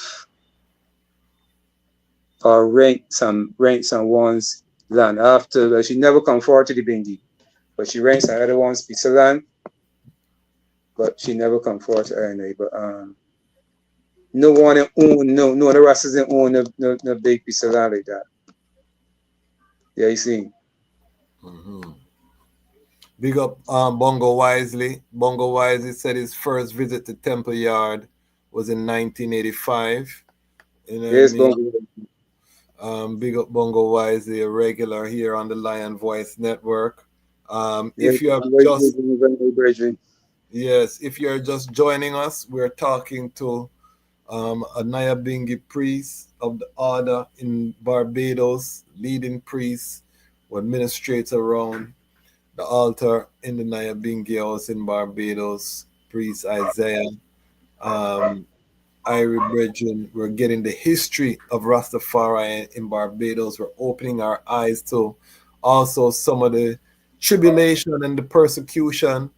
If you are just joining us for the first time, this is the high level Rastafari reasoning that we have on this platform, unapologetic Rastafari. In these times, we need our own media. No one is coming to save us. We are launching a new campaign every Mecca Muckle. With a small contribution, if you can do the super chat on YouTube, you can do $5, $10, $2, $1, whatever you can afford, or you can join us in our Patreon, or you can any level that you want to support the platform. We do give thanks because we are building an operation that we want to be able to travel to these places, do our own documentaries, our own cartoons. We spoke earlier about how do we keep the youths. One of the ways that we keep the youths is that we have to create our own content from a Rastafari point of view. You know what I mean? We have to have our own books, our own movies, our own blockbuster film, our own animated cartoon series from a Rastafari world view. And this is one of the ways that we keep our youths them engaged, because we cannot depend on other communities to create the content for ourselves, So that's what we're doing here, family, building it in front of your eyes. And we say that we're Rastafari independent, non-aligned media, meaning that to stay independent, it has to be crowd-funded. The audience have to fund the platform.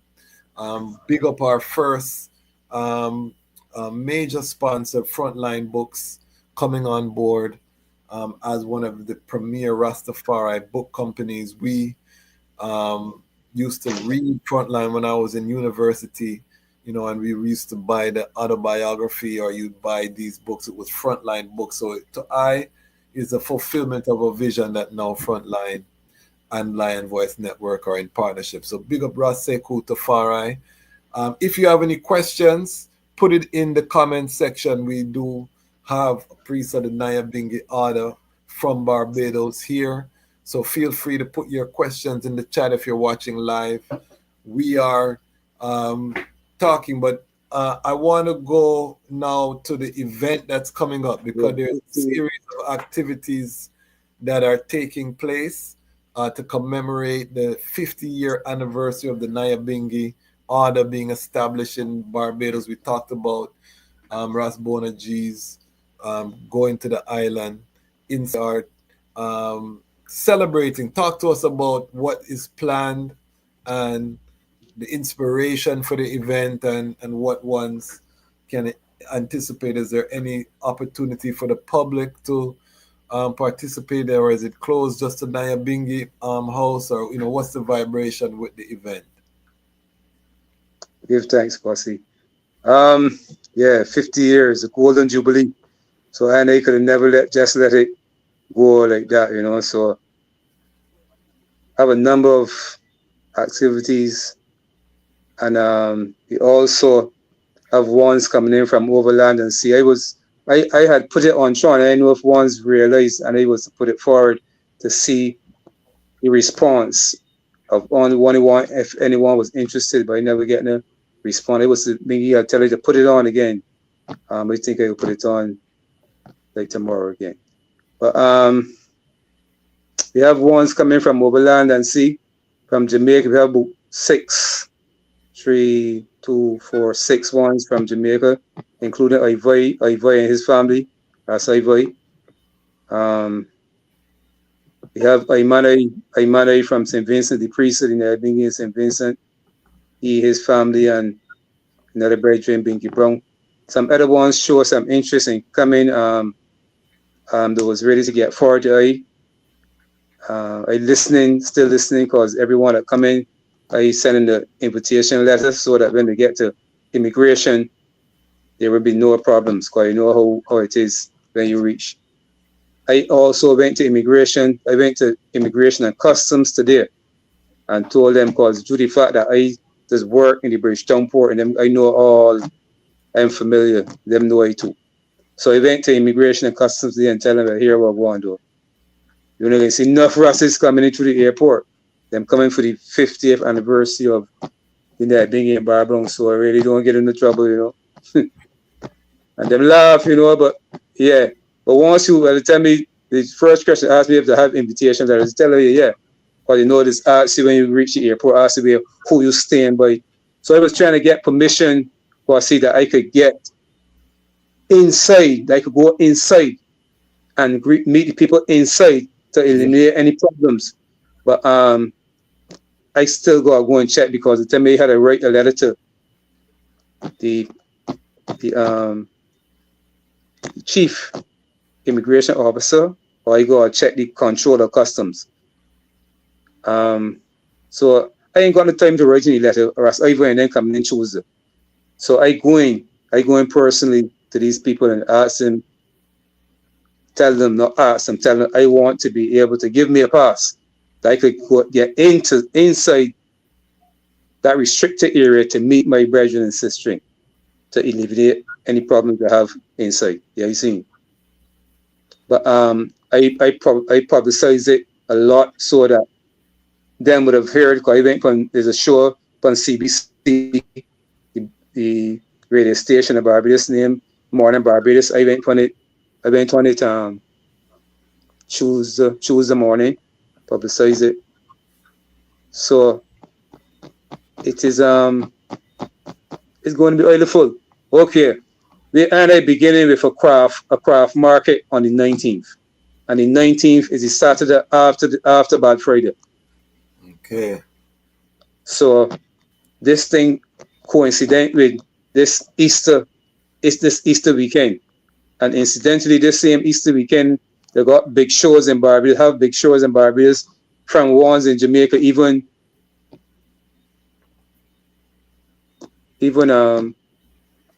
the brethren that no come to get to jail. Why don't follow the man? Then who name again? Kwasi? Which one? Cartel, Voice Cartel. Yes, Vibes Cartel. He's going to be in Barbados with some show for the 20th. On the 20th. Okay. It's Easter Sunday, and it kind of kicking up a big fuss in Barbados too, because one's most of the older folks in Barbados don't have no respect for Voice Cartel. Yes. Straight Kwasi.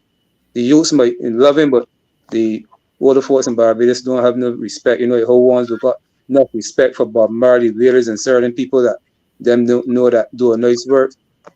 So is a whole, even is a serious controversy going on that him should not be in Barbados on this weekend and them kind of things. So even people even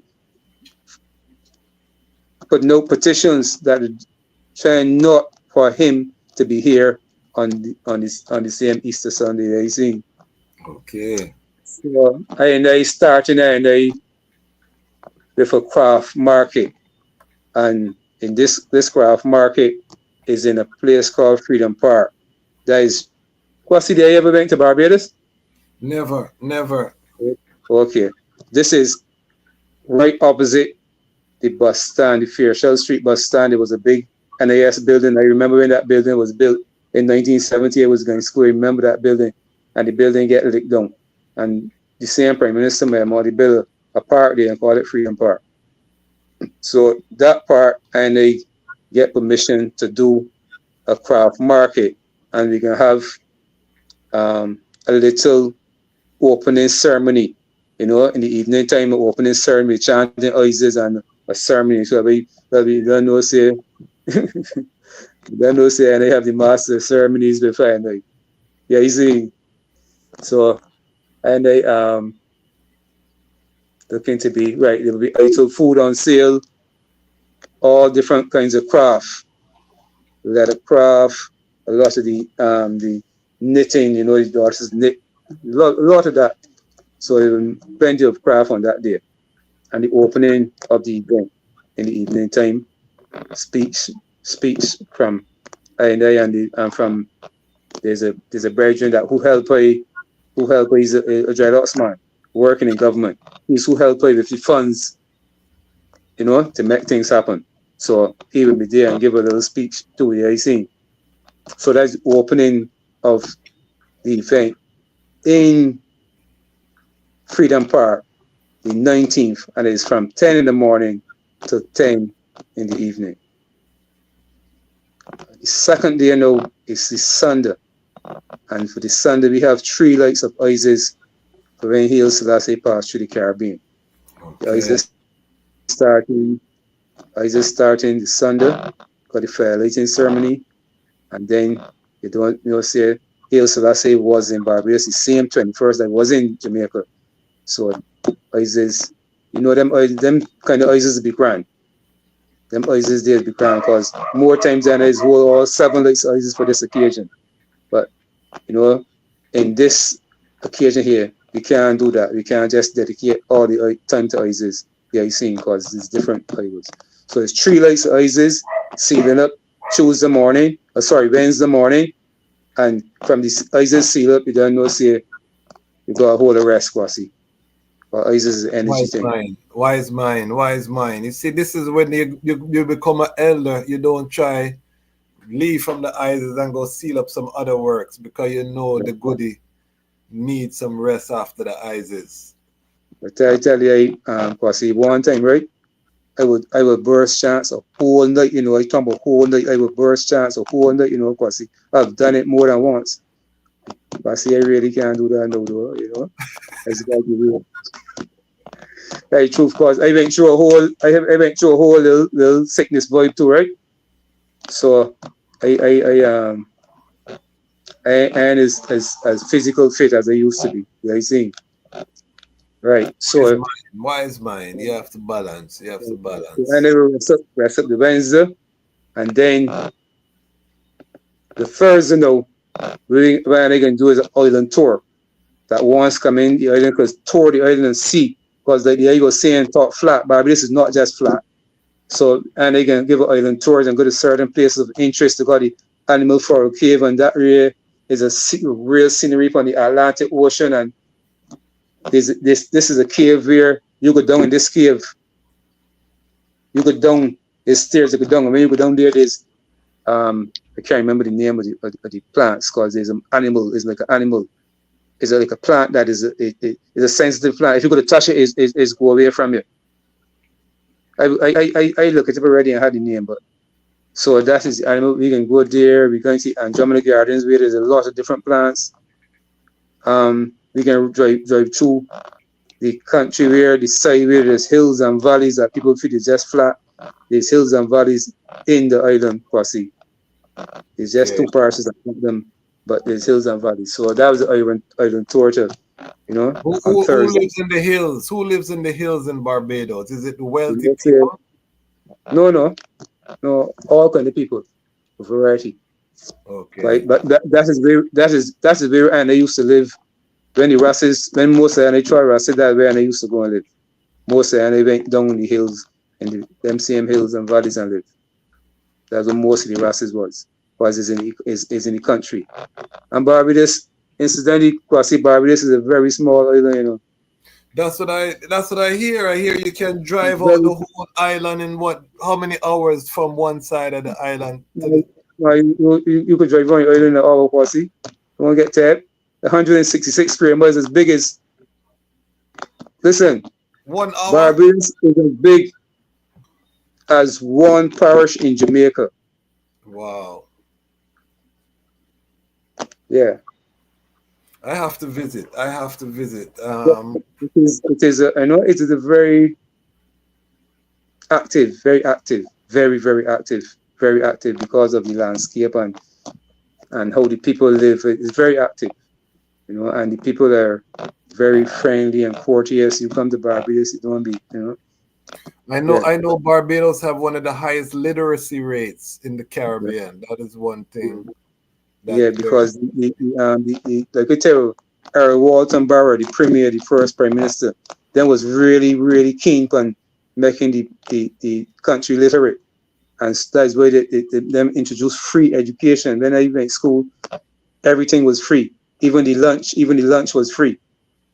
Even lunch was free. You used to have to pay a 10 cent for lunch. And even if you ain't got a 10 cent, you're still gonna get lunch. Yeah, you see. So them really encourage people to stay in school. And in Barbados, you couldn't in that time, no still. You can't let home, you can't not send school your child. You can't. The officers ain't come looking for you. If you ain't go to school for X amount of time, people come looking for you, want to know where you in at school. So you couldn't just stand home. Like I hear you go to other islands and see youths them that not go to school at all. No. They got a special unit that's come looking for you if you want to go to school. Serious thing. It's a serious vibration. I look forward. I know I have to visit in due season, and hopefully we can visit with the Lion Voice. And I want to document Rastafari throughout the Caribbean.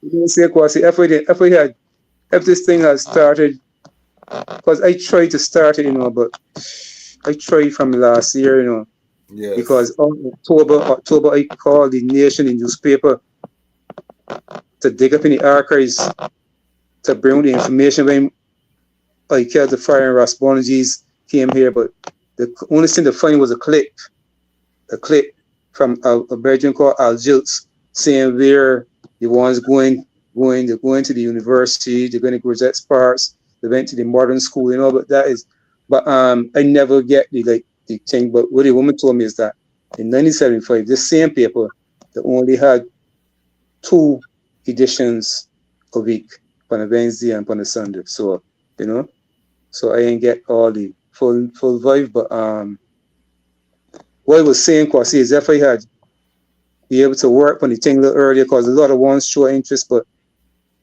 time, because even one study that Everton Bender said he would love to come, but he scheduled due to the fact that if he had known earlier, the icing. So if I had known earlier, I might be here too. I tell you, in due season, it's part of it. Yeah. I know Bingi wanted to be here, but unfortunate scene happened to Bingi there, so I got Bingi. Yeah, man. Bingi can't even get far to Ethiopia for it. Yes, we send prayers, Bingi Glenn, big up yourself. All the time. All right. So the 3 lights of ISIS now, we see that. Then the Friday now, after that tour of the country, Thursday, the Friday now is a panel discussion at the university, the Art Lecture Theatre. And on the panel, I have 4-1 slot on the panel. Myself, Ras Isaiah, Dr. Dean, and Aymanai. I send a copy today, Kwasi? I don't think I have it, but you can resend it. Mm-hmm. Yeah. Whatever the item need in the promotion, we can help push it out.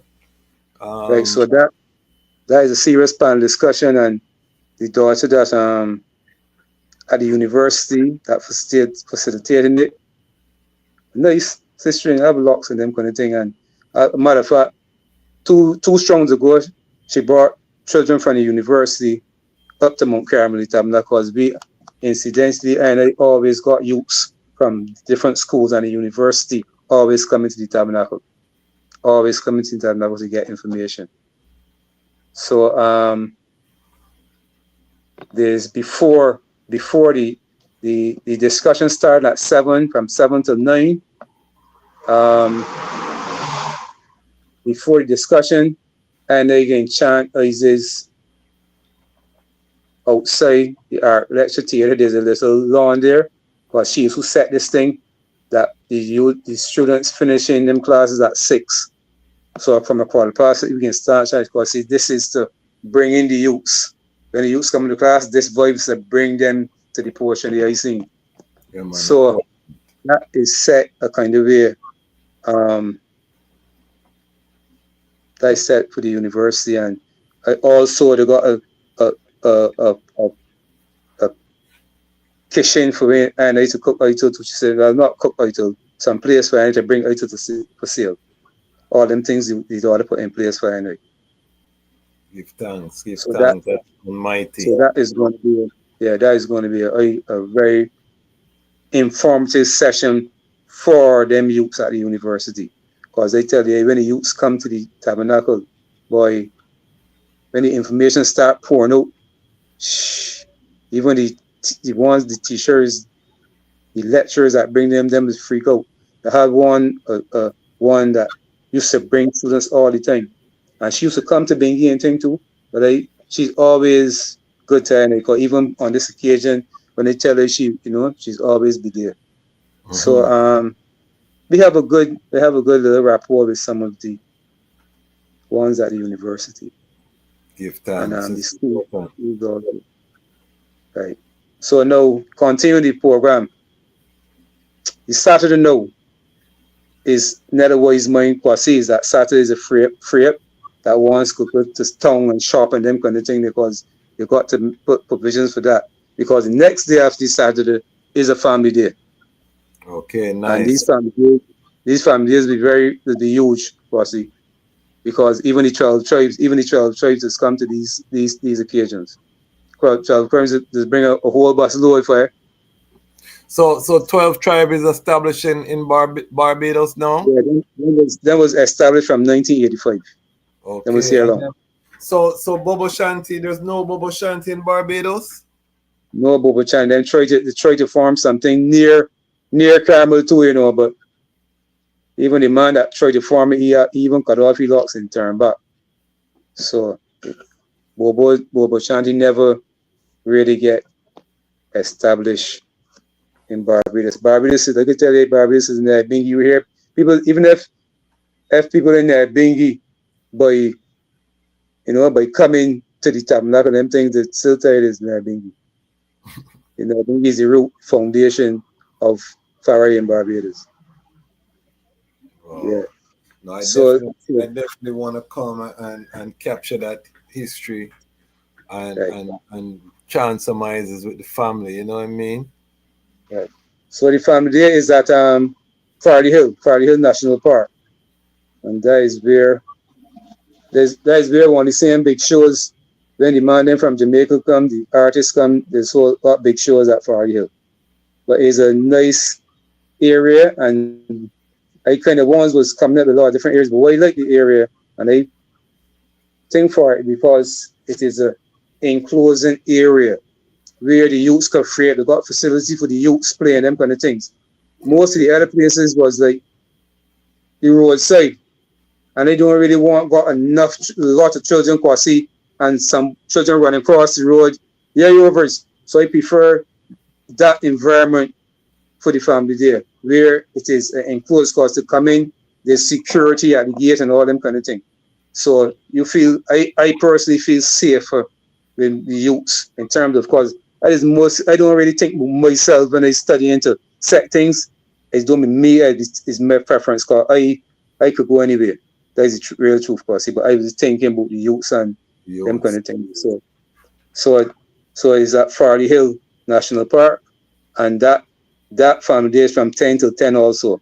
We get permission to use it from 10 in the morning to 10 in the evening. Wow. So That's a lot of events so far. How big is the committee, the organizing committee that's doing all of this, putting all this together? Ain't really big because they work mostly on my shoulder. Okay. But we got a sister that in charge of the craft market.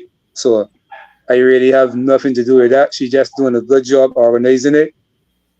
We have sister in charge of the food. So that covered all the food events. We done got the ones that didn't with that. So things in place. But I find myself with a lot of running around. Naturally, someone is having to do it though, Kwasi. You know? But yeah, Battlefield. it is. And what we need is a Yeah. young lion, a So young adult who could shadow the eye and learn what the eye doing, and you know what I mean.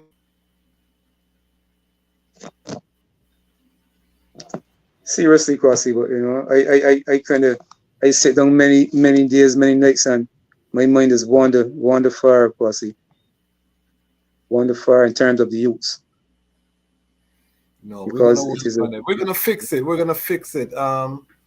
You know what I mean? Africa is full of Rastafari youths, and lot of and I, youths, a lot. a lot of them have been reaching out to I through this platform. And the problem with the Caribbean and the youths, I know part of it is that they're on social media, and the youths them want to see progress. They want to see things, and I think until we can employ our youths, once we can employ them and keep them within our ecosystem, that's when we're gonna start seeing more youths in the liberty. Because right now, social media have these material things in front of the youth. The youth them want car, them want this, them want tech trips, them want. When they look at Rastafari, they see poverty. That's their concept. That why am I gonna go suffer and and I could go in and get all of these trappings that I see on social media. You know what I mean? But what we need to show them is that our levity is more joyful than what they have over there. And we have to have that economic stability, you know what I mean, as a community, that we can employ the youths them, we can have them, that even when this kind of event, we have a team of young people that could be employed and deployed to ensure that all these things are happening. This is a challenge that we face, our generation. I don't put it on the eye. I see the eye as an elder. The eye them do the work because you went through the tribulation and the brutality. I never experienced that. I experienced the joy from I came into Far Eye. Enough things cut and clear already. I won't say we don't go through anything, because we did go through things, especially here in Washington, D.C., police state. I'll write a book about it one day. Can't talk about some of them things then now. But one of the things is that we stand on the shoulders of the elders like the I, who was one of the frontline first generation Rastafari in Barbados. But our generation, and I'm talking to my peers now, we have to build the institutions. We can't look at the elders and say what they didn't do. That don't make sense. They did so much. They spread it around the world. Our job now is to stand on the item shoulders and to put the institutions like Lion Voice, like, all of these things that we know that we need. I mean, Rastafari Media, Rastafari Farms, Rastafari Health Center, the schools, all of these things, the institutions that need to be a sovereign nation, you know what I mean, at a minimum autonomous, you know what I mean, because sovereign is a tricky term if you're living within a next country, and we don't want to create no opposition to governments. But even, let's say, autonomous, where, from the seed that we plant in the ground as an Ital seed to the plate, we control that whole supply chain. The shipping, the exporting. That's what our generation supposed to build, and then we be guided by the I generation. How the I see it, Ras Isaiah. All right, before I go on, let me finish the itinerary. I didn't finish. Oh, you didn't finish the itinerary. I didn't Sorry. finish. Sorry. Finish the itinerary. Right. So from I and I, from the family there seal now, the Monday now is when I can seal the judgment on everything. So we sealing it with Isis and reasoning. But you don't know you got a reason after this thing, you don't know about a reason. And hear this now. All know I getting people getting serious feedback about the reasoning, or people talk this reasoning, people want reason about this. So you see, like, so that reasoning, boy, that could go on long and serious, and they will, like, because some youths expressing some, because some of the youths them, like the just saying, feel that some of those disrespectful that I had to put them in a place that I ain't do nothing. And it's like, whoa. I said, for real, this little youth man come on and say that we ain't do nothing. I said, yeah, you mean after, and I lost and their whole life, man, them sacrifice the whole life and them kind of thing there. Some of you get vine coat and them kind of thing there. No, you could say that we ain't do nothing for it. Sure. So it's just that economically, I wasn't strong. Yes. And it sometimes, in a lot of ways, it is not our fault, Even though between the eye and the eye, I got, and I must do more, and I must really do more. But a lot of times, like I tell you, in the early times, where you better go and look for something to do for yourself. Because you better create employment for yourself, because no one is not employing you. Mm-hmm. So after going through all these things, and you could just look at a man and say, man, when they do nothing, it's like, wow, disrespect. No. So and the lion pride, we don't support or promote that disrespect to our elders. You know what I mean? There's no kind of, we have to get rid of that as mature adults and young adults. All due respect to the elders. Continue. Sorry. Right. So in this reason, though, looking to get some of the youths to come forward and hear what they have to say, because there's some youths, there's still Rastafari youths amongst them. It's just that Nyabinghi, a matter of fact, it's just not only Nyabinghi, they're just there. So we're looking forward to hearing from the youths. So this reasoning is going to be, I know I could see that you better get a rest, and come up to the reasoning, because the reasoning can be off the Isis and chant. And Dr. Dinky expressing an interest of reasoning to I all the time. So a lot of things on one's mind, and this is an opportunity at the sitting for and I hear what is on one's mind in terms of the way forward for I and I Kwasi. Yes, give thanks. We've done 2 hours already. Give thanks for the eye. This is part 1. I want the eye to come forward after the event to give us an update. And any video or pictures that you can share with I and I. Also, we would love to be able to show some of that, so that the ones like I who didn't get the chance to meet the trad can get even a little touch of the sweetness, make we get a little sample of, because I know that's going to be a sweet Isis and the gathering and the reasoning. I know that Zion will be manifested there in Barbados for those days. So if the eye can come forward, I want to thank the eye on behalf of the entire Lion Pride family around the world, everyone who will watch it on replay. The eye is truly an inspiration in terms of being a father, in terms of being a leader, leading with works, and being a pillar in the community. These are, again, brethren that don't regularly, you see them on the interview, they're not artists. These are the ones that keep the integrity of the trad, that any ghetto that a Ras can go and get that respect is because these elders been holding it from them time there. Any corporate space and one still have to respect I see them with these elders set the principle, that allows Rastafari to get the accolades that we enjoy.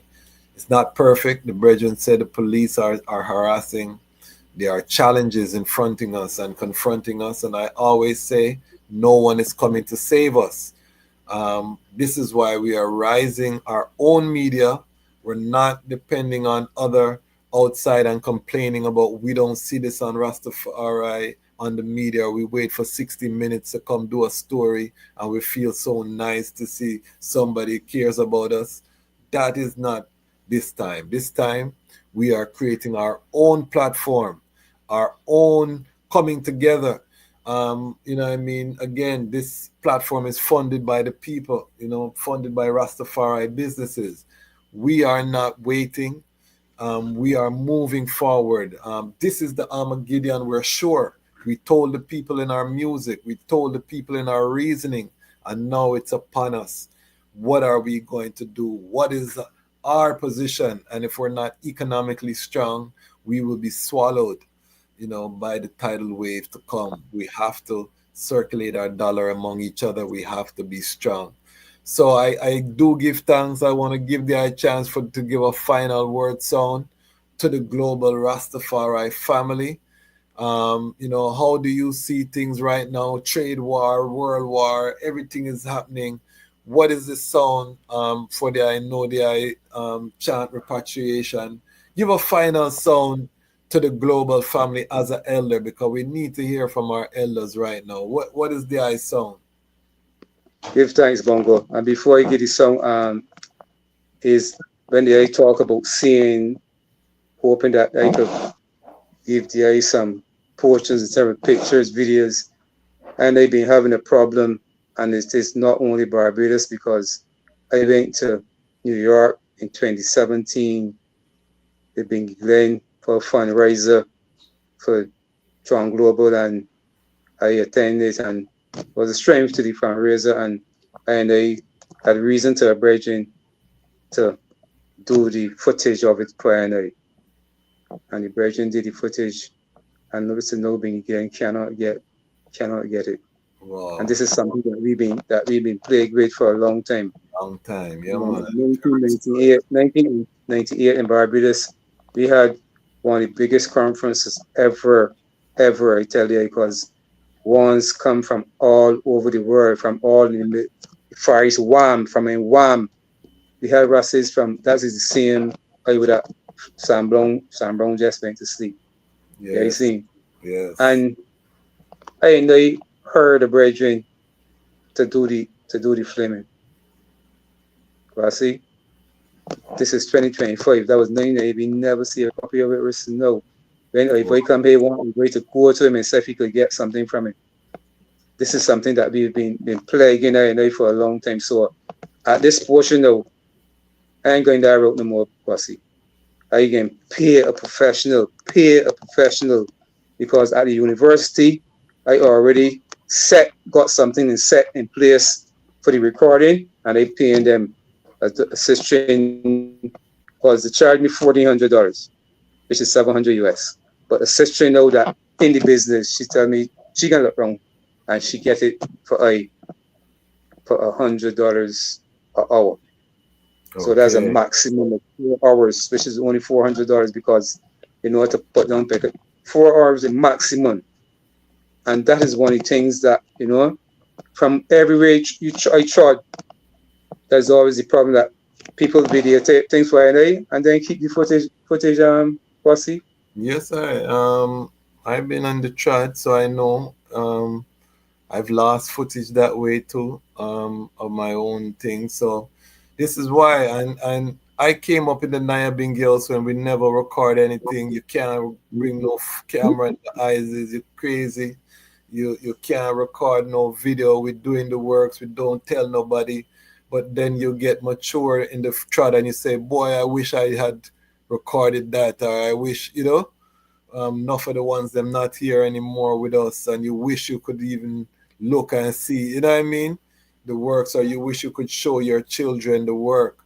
And so we change, you know, and now we rise up the Lion Voice Network, so that we can preserve, because we know to keep the integrity, we have to show the integrity.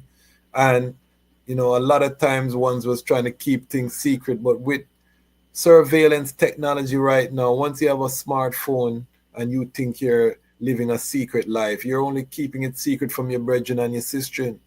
The spies and the government know everything that you're doing. Simple. So the best thing for us to do right now is to share so we can inspire each other, we can keep the energy high, and we can move forward, with a strength. Because as I say, I didn't know nothing about what was happening in Barbados with the community. Now is an interest, and I know enough people on the line didn't know that police are digging down the houses of Rastafari in Barbados. We thought this is a Pan-African oasis, and them are prepared for this great repatriation, and we find out that's not the vibration that the community is going through. So this is why our own media is crucial, family. We got to hear from the ones on the ground what's happening so we can rally the strength. And my vision for the Lion Pride is that, again, we have over 30,000 subscribers, 33,000 subscribers. Even if people give $1 to a guest like my elder he's raising for a cause, that is a mighty strength. So we want to train ourselves to know that every mickle make a muckle. That is the theme that we are moving with for the rest of this year. Every mickle make a muckle, meaning that every little $1, $2 count, because most of us can't afford. When we hear money, we lock up. We freeze. We don't even want to think about it. But at the same time, we go to the corner store, we drop money like, wow, we're buying this, but we don't realize our economic power because we're not using it among each other. So we have to train ourselves, because that $5, that $2 from 10,000 people is a mighty strength. You know what I mean? So it doesn't have to be a lot. It just needs to be focused from a lot of people. So we have the numbers now. And it's just, again, to focus our energy and get us out of this poison that we don't want to see another black person prosper, because that is the next disease we have too. I'm not going to give that person money because I don't want to see them doing well, because I'm not doing well. So, you know what I mean? All of us should just not do well, you know what I mean? So we got to retrain ourselves. And it's going to take time. I know that. I'm willing to take the battlefield for that mission, because I know it's going to take time, and we're built for this. We're called by His Majesty to this work. So I don't mind it. But I'm just telling my Lion Pride family, this Armageddon is not a sprint, it's a marathon. You know what I mean? So let us get ready. It's gonna get sticky. I'm telling the item, roller coaster, trade war, all kind of war right now. His Majesty warned them and they didn't listen. This part is not written in the Revelation. Some of the things John never write in the book, him said too terrible. We're going into them time the too. Chaos. Every day you wake up is some new headline, some craziness taking place. And that's the normal. No, since COVID, nothing is not the same again. So we have to be prepared. And again, I keep saying it, no one is coming to save us. If you don't like I don't care. Support someone else, you know what I mean? But Mecca and I support each other. It doesn't have to be I, because you may not like I chat too much. I'm working on myself too. I love to reason. However, support someone else. We have other Rastafari media. We have craft people. Let me big up the Association of Rastafari Creative. We're launching our gold book. So we're mapping the creative industry. So if you're part of the creative industry, go to RastafariCreatives.com. You can open a profile.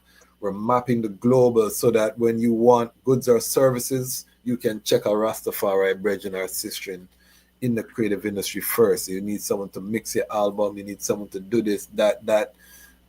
Farmers are free. So if you're a farmer and you want to register, because we say farmers are creatives, you can register for free on the ARC page. Everybody can do a profile for free, but farmers get free listing in our gold book, which will also be a physical book. So we're mapping, we're connecting the dots. The work right now is to circulate the Rastafari and Pan-African dollar among each other so we can create an economic base. And Ras Isaiah know on the Tran meetings I'm always talking the same thing. You know what I mean? How are we going to generate this economics so that we can sustain the Nyabinghi farm? You know, I've created a whole outline project, shared it with all of the families. So they know when I come with this reasoning, it's not nothing new or different that I've been saying. But I'm saying it now to the Lion Pride, the global family. I have my platform. Without that, we're joking. You know, it's better we just take whatever Babylon is coming to give us. Because when they create the problem, best believe they have a solution. And if we're not in a good economic place that we can isolate ourselves from the foolishness, we're gonna have to get caught up in that foolishness. So let us come together, brothers and sisters, and do what we have to do. Again, final words. Ras Isaiah, please just give us your final. Highly. Yes, Give sir. thanks, man. Yeah, well, you see, this life is a living sacrifice, you know. And the sacrifice is for the youths of I because and I living for ourselves. And in order for this liberty, or when you hear a man say Rasta not dead, and that your physical don't pass away, you know, because I know in reality that portion, that time is gonna come for all of and I ain't fooling myself with that one. But the liberty of Rastafari, it not die, yeah, you see. So and I must live the life of a good character to be that living example, because that is how you can get youth to follow, you know. Because if you see you doing folly, no, they're not interested in folly. They can throw it at you all the time. You Yes. must be living example. Yeah, you see. And I from my child Rastafari, it was, and I must go home. Yeah, you see, and they must go home. It wasn't even a doubt that, and it was looking to leave these lands of the sinking sun, these lands that prophecy tell and that they see the earls of the sea, and that they will go under. And then they must not go down with the careless Ethiopians. Hot.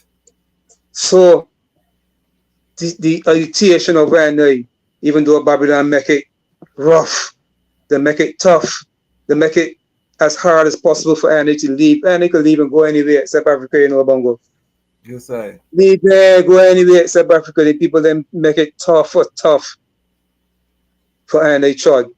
Man, I brethren Bingi Glen is a brethren that of my heart, you know. And see how Bingi of all the struggles Bingi went through and everything, Bingi still make it to Ethiopia and settle, you know. And right now Bingi have a place for I. So when they travel home now, when they go, I never got to worry. Well, no, where you going? I going. Bingi Glen is there for I. Yeah, you see. So I must set them kind of examples, you know, that make and they feel idleful in the liberty and not feeling boy. I weary because of this and that. Yes. Hopefulness is good over evil all the time. So and I give thanks. Dejazmatch Kwasi. Yes, and I give thanks that they could spread the word song. Yes, no, Love. give thanks for the eye coming forward. You know, this was a joy, reason with the brethren, you know, over the years. But you know, I learned so much more this evening. So I do give thanks. And you know the reasoning is sweet when we go over 2 hours and a half hours on the line, you know what I mean? So the live. So for those watching live, give thanks for your time. Everything even come out, you know, Kwasi. I know this is part one. We can touch it. We have a policy here. Any guest you see on the Lion Pride, you're gonna see them again. We don't do one time here. This is a family platform. Is there any way before we leave? Is there any way that the people can spend money with the eye? Is there any product or service that you have that people can put money in the eye pocket for those watching globally? Because we have to circulate the dollar. You know, say Kwasi, I not really, because I end up strictly into the trucking business. Trucking. Even though I don't even so much drive, I only drive if I have to know. Because you know, say I get blessed with youths where they Yes, give sir. thanks, you know. And my youths are very idolful, you know. I give thanks because How many youths do I have? well, there's 4 and 2, 6 in all. Okay, give thanks, give Four, thanks. 4 and 2 differently. So I Yeah, give thanks that I could I could be still here, you know. yeah, man, give I give thanks. thanks and go. So I might see the judgment with the guidance stand still. Yeah, man. Yes, sir. Haile, Yeah, yes, sir. Seal up, seal up, seal up. Haile, Selassie, Selassie, Rastafari, conquering any tribe of Judah. Haile, Selassie, Selassie, Rastafari, conquering any tribe of Judah. Glory to word, glory to song, glory to power, living I. Haile, Selassie. Selassie. When I live by the eyes unto the hills from whence coming from the and the help coming from the Most High, Haile, Selassie, whoever it is. But I am will not suffer and I foot be moved. I hold him that keepeth fair and I shall not slumber. I hold him that keepeth fair and I shall neither stumble nor sleep. For the I am is an keeper. The I am is a shade upon thy right hand. But the I am protection. The sun shall not smite thine by day, nor the moon by day. The I am shall I preserve thine from all evil. The I am shall I preserve thy life. The I am shall I preserve thy your know, and thy your name. From this Iowa to that Iowa, hopeful and forevermore. Blessed thy majesty, I highly I. Selassie, I. Rastafari. So that the words of thy mouth and the meditation of thy hearts be humbly acceptable in thy sight, and thy strength from thy Redeemer. It is the I who long live and reign forever and ever. It is the I who cause the divine countenance to shine upon each and every one of thy eye. Bless and sanctify thy eye, and deliver thy from that dragon. One man to praise. Hail I. Selassie. Selassie. Rastafari. Give thanks and praise. Sila. And Empress Mene. Empress with 0 minute. Perfect love. Aye. Love, perfect love. So there you have it, family. Priest of the Nyahbinghi order. Only available exclusively here. You're going to hear these stories. The grassroots, the ones who are on the front line, have a platform. We are working with our brothers and sisters in Rastafari Independent Non-Aligned Media to bring authentic Rastafari content to the family. Why? Because the time has come for the lions This is Tippy to tell their I. own The story. time has come for the This lions to is tell our own story. Lion You're Voice. listening to the Lion's Voice blog. Respect and love from St. Croix VI to the world. Rastafari. Greetings, this is Warrior King, and the time has come for the lions and the lioness to tell their own story. This is the lion's voice. Give thanks and praise for the wonderful blessing that's been poured on me. Give thanks and praise. Jah use I as an instrument to set the people free. Jah give her the powers to chant. Jah give her the powers to chant. Rastafari, the lion's voice. What are you waiting for? Come together, calling from near and far. Know who you are. What are you waiting for? Rally up, it takes the dust. What are you waiting for? Ancestors paved the way for us. Yes, I am Ketis Oyonde, asking, what are you waiting for to come together? The time has come for the lions to tell our own story. This is the Lion's Voice. Yes, job people, this is Michael Shemai representing. I will say, hear the lion voice, saying it is time for the lions and the lionesses to tell their own story. King David killed Goliath with a stone, we original dread. The fittest of the fittest shall survive. My people, open your eyes. Wake up. Blessed love, this is Queen Omega representing for all lions and lionesses. With the lion's voice, we come to tell our story. Rastafari live it. Hey, the lion's voice. Rastafari. Amina, the time has come for the lioness to tell our own story. No surrender, no retreat, we are Jaja soldier. Rougher than the streets, tougher than a boulder. Bigging up Lamb's voice. Now put it. I jolly for say that. I will never stop, hail the Most High, and I will never stop, call Rastafari.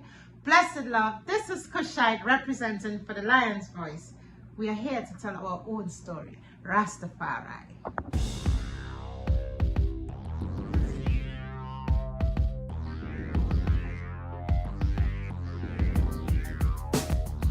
Well, Lion Voice, tell them that's the people first choice. Lion Voice, make the lioness them feel nice. Lion Voice, with the lion cubs we sacrifice. Lion Voice, got to show the people them the life. Lion Voice.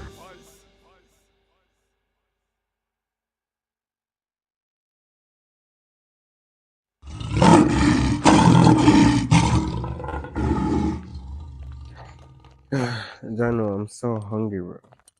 I haven't eaten all day.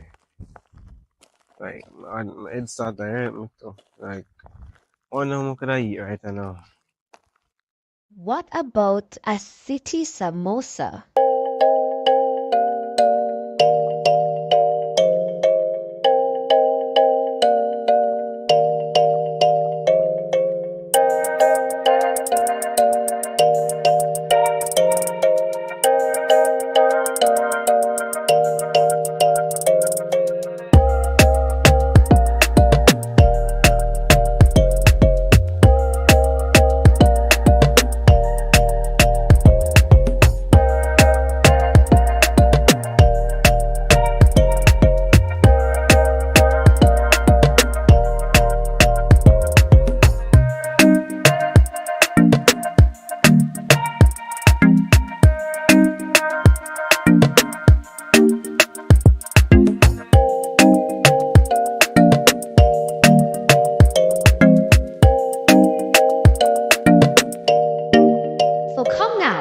Get your samosa, a fusion of Indian, Jamaican, and African culture. City samosas, the best samosas in the city.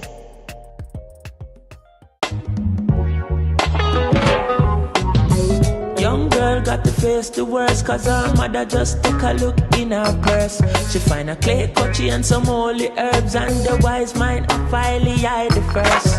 Mama say, young girl, you're losing your mind. Did you get these things from Satan? And she said, no, mama, I got the cutchy from Janine and the wise mind from I Nation. Please, mama, don't scrutinize. Take this book and give it a try. Let this herb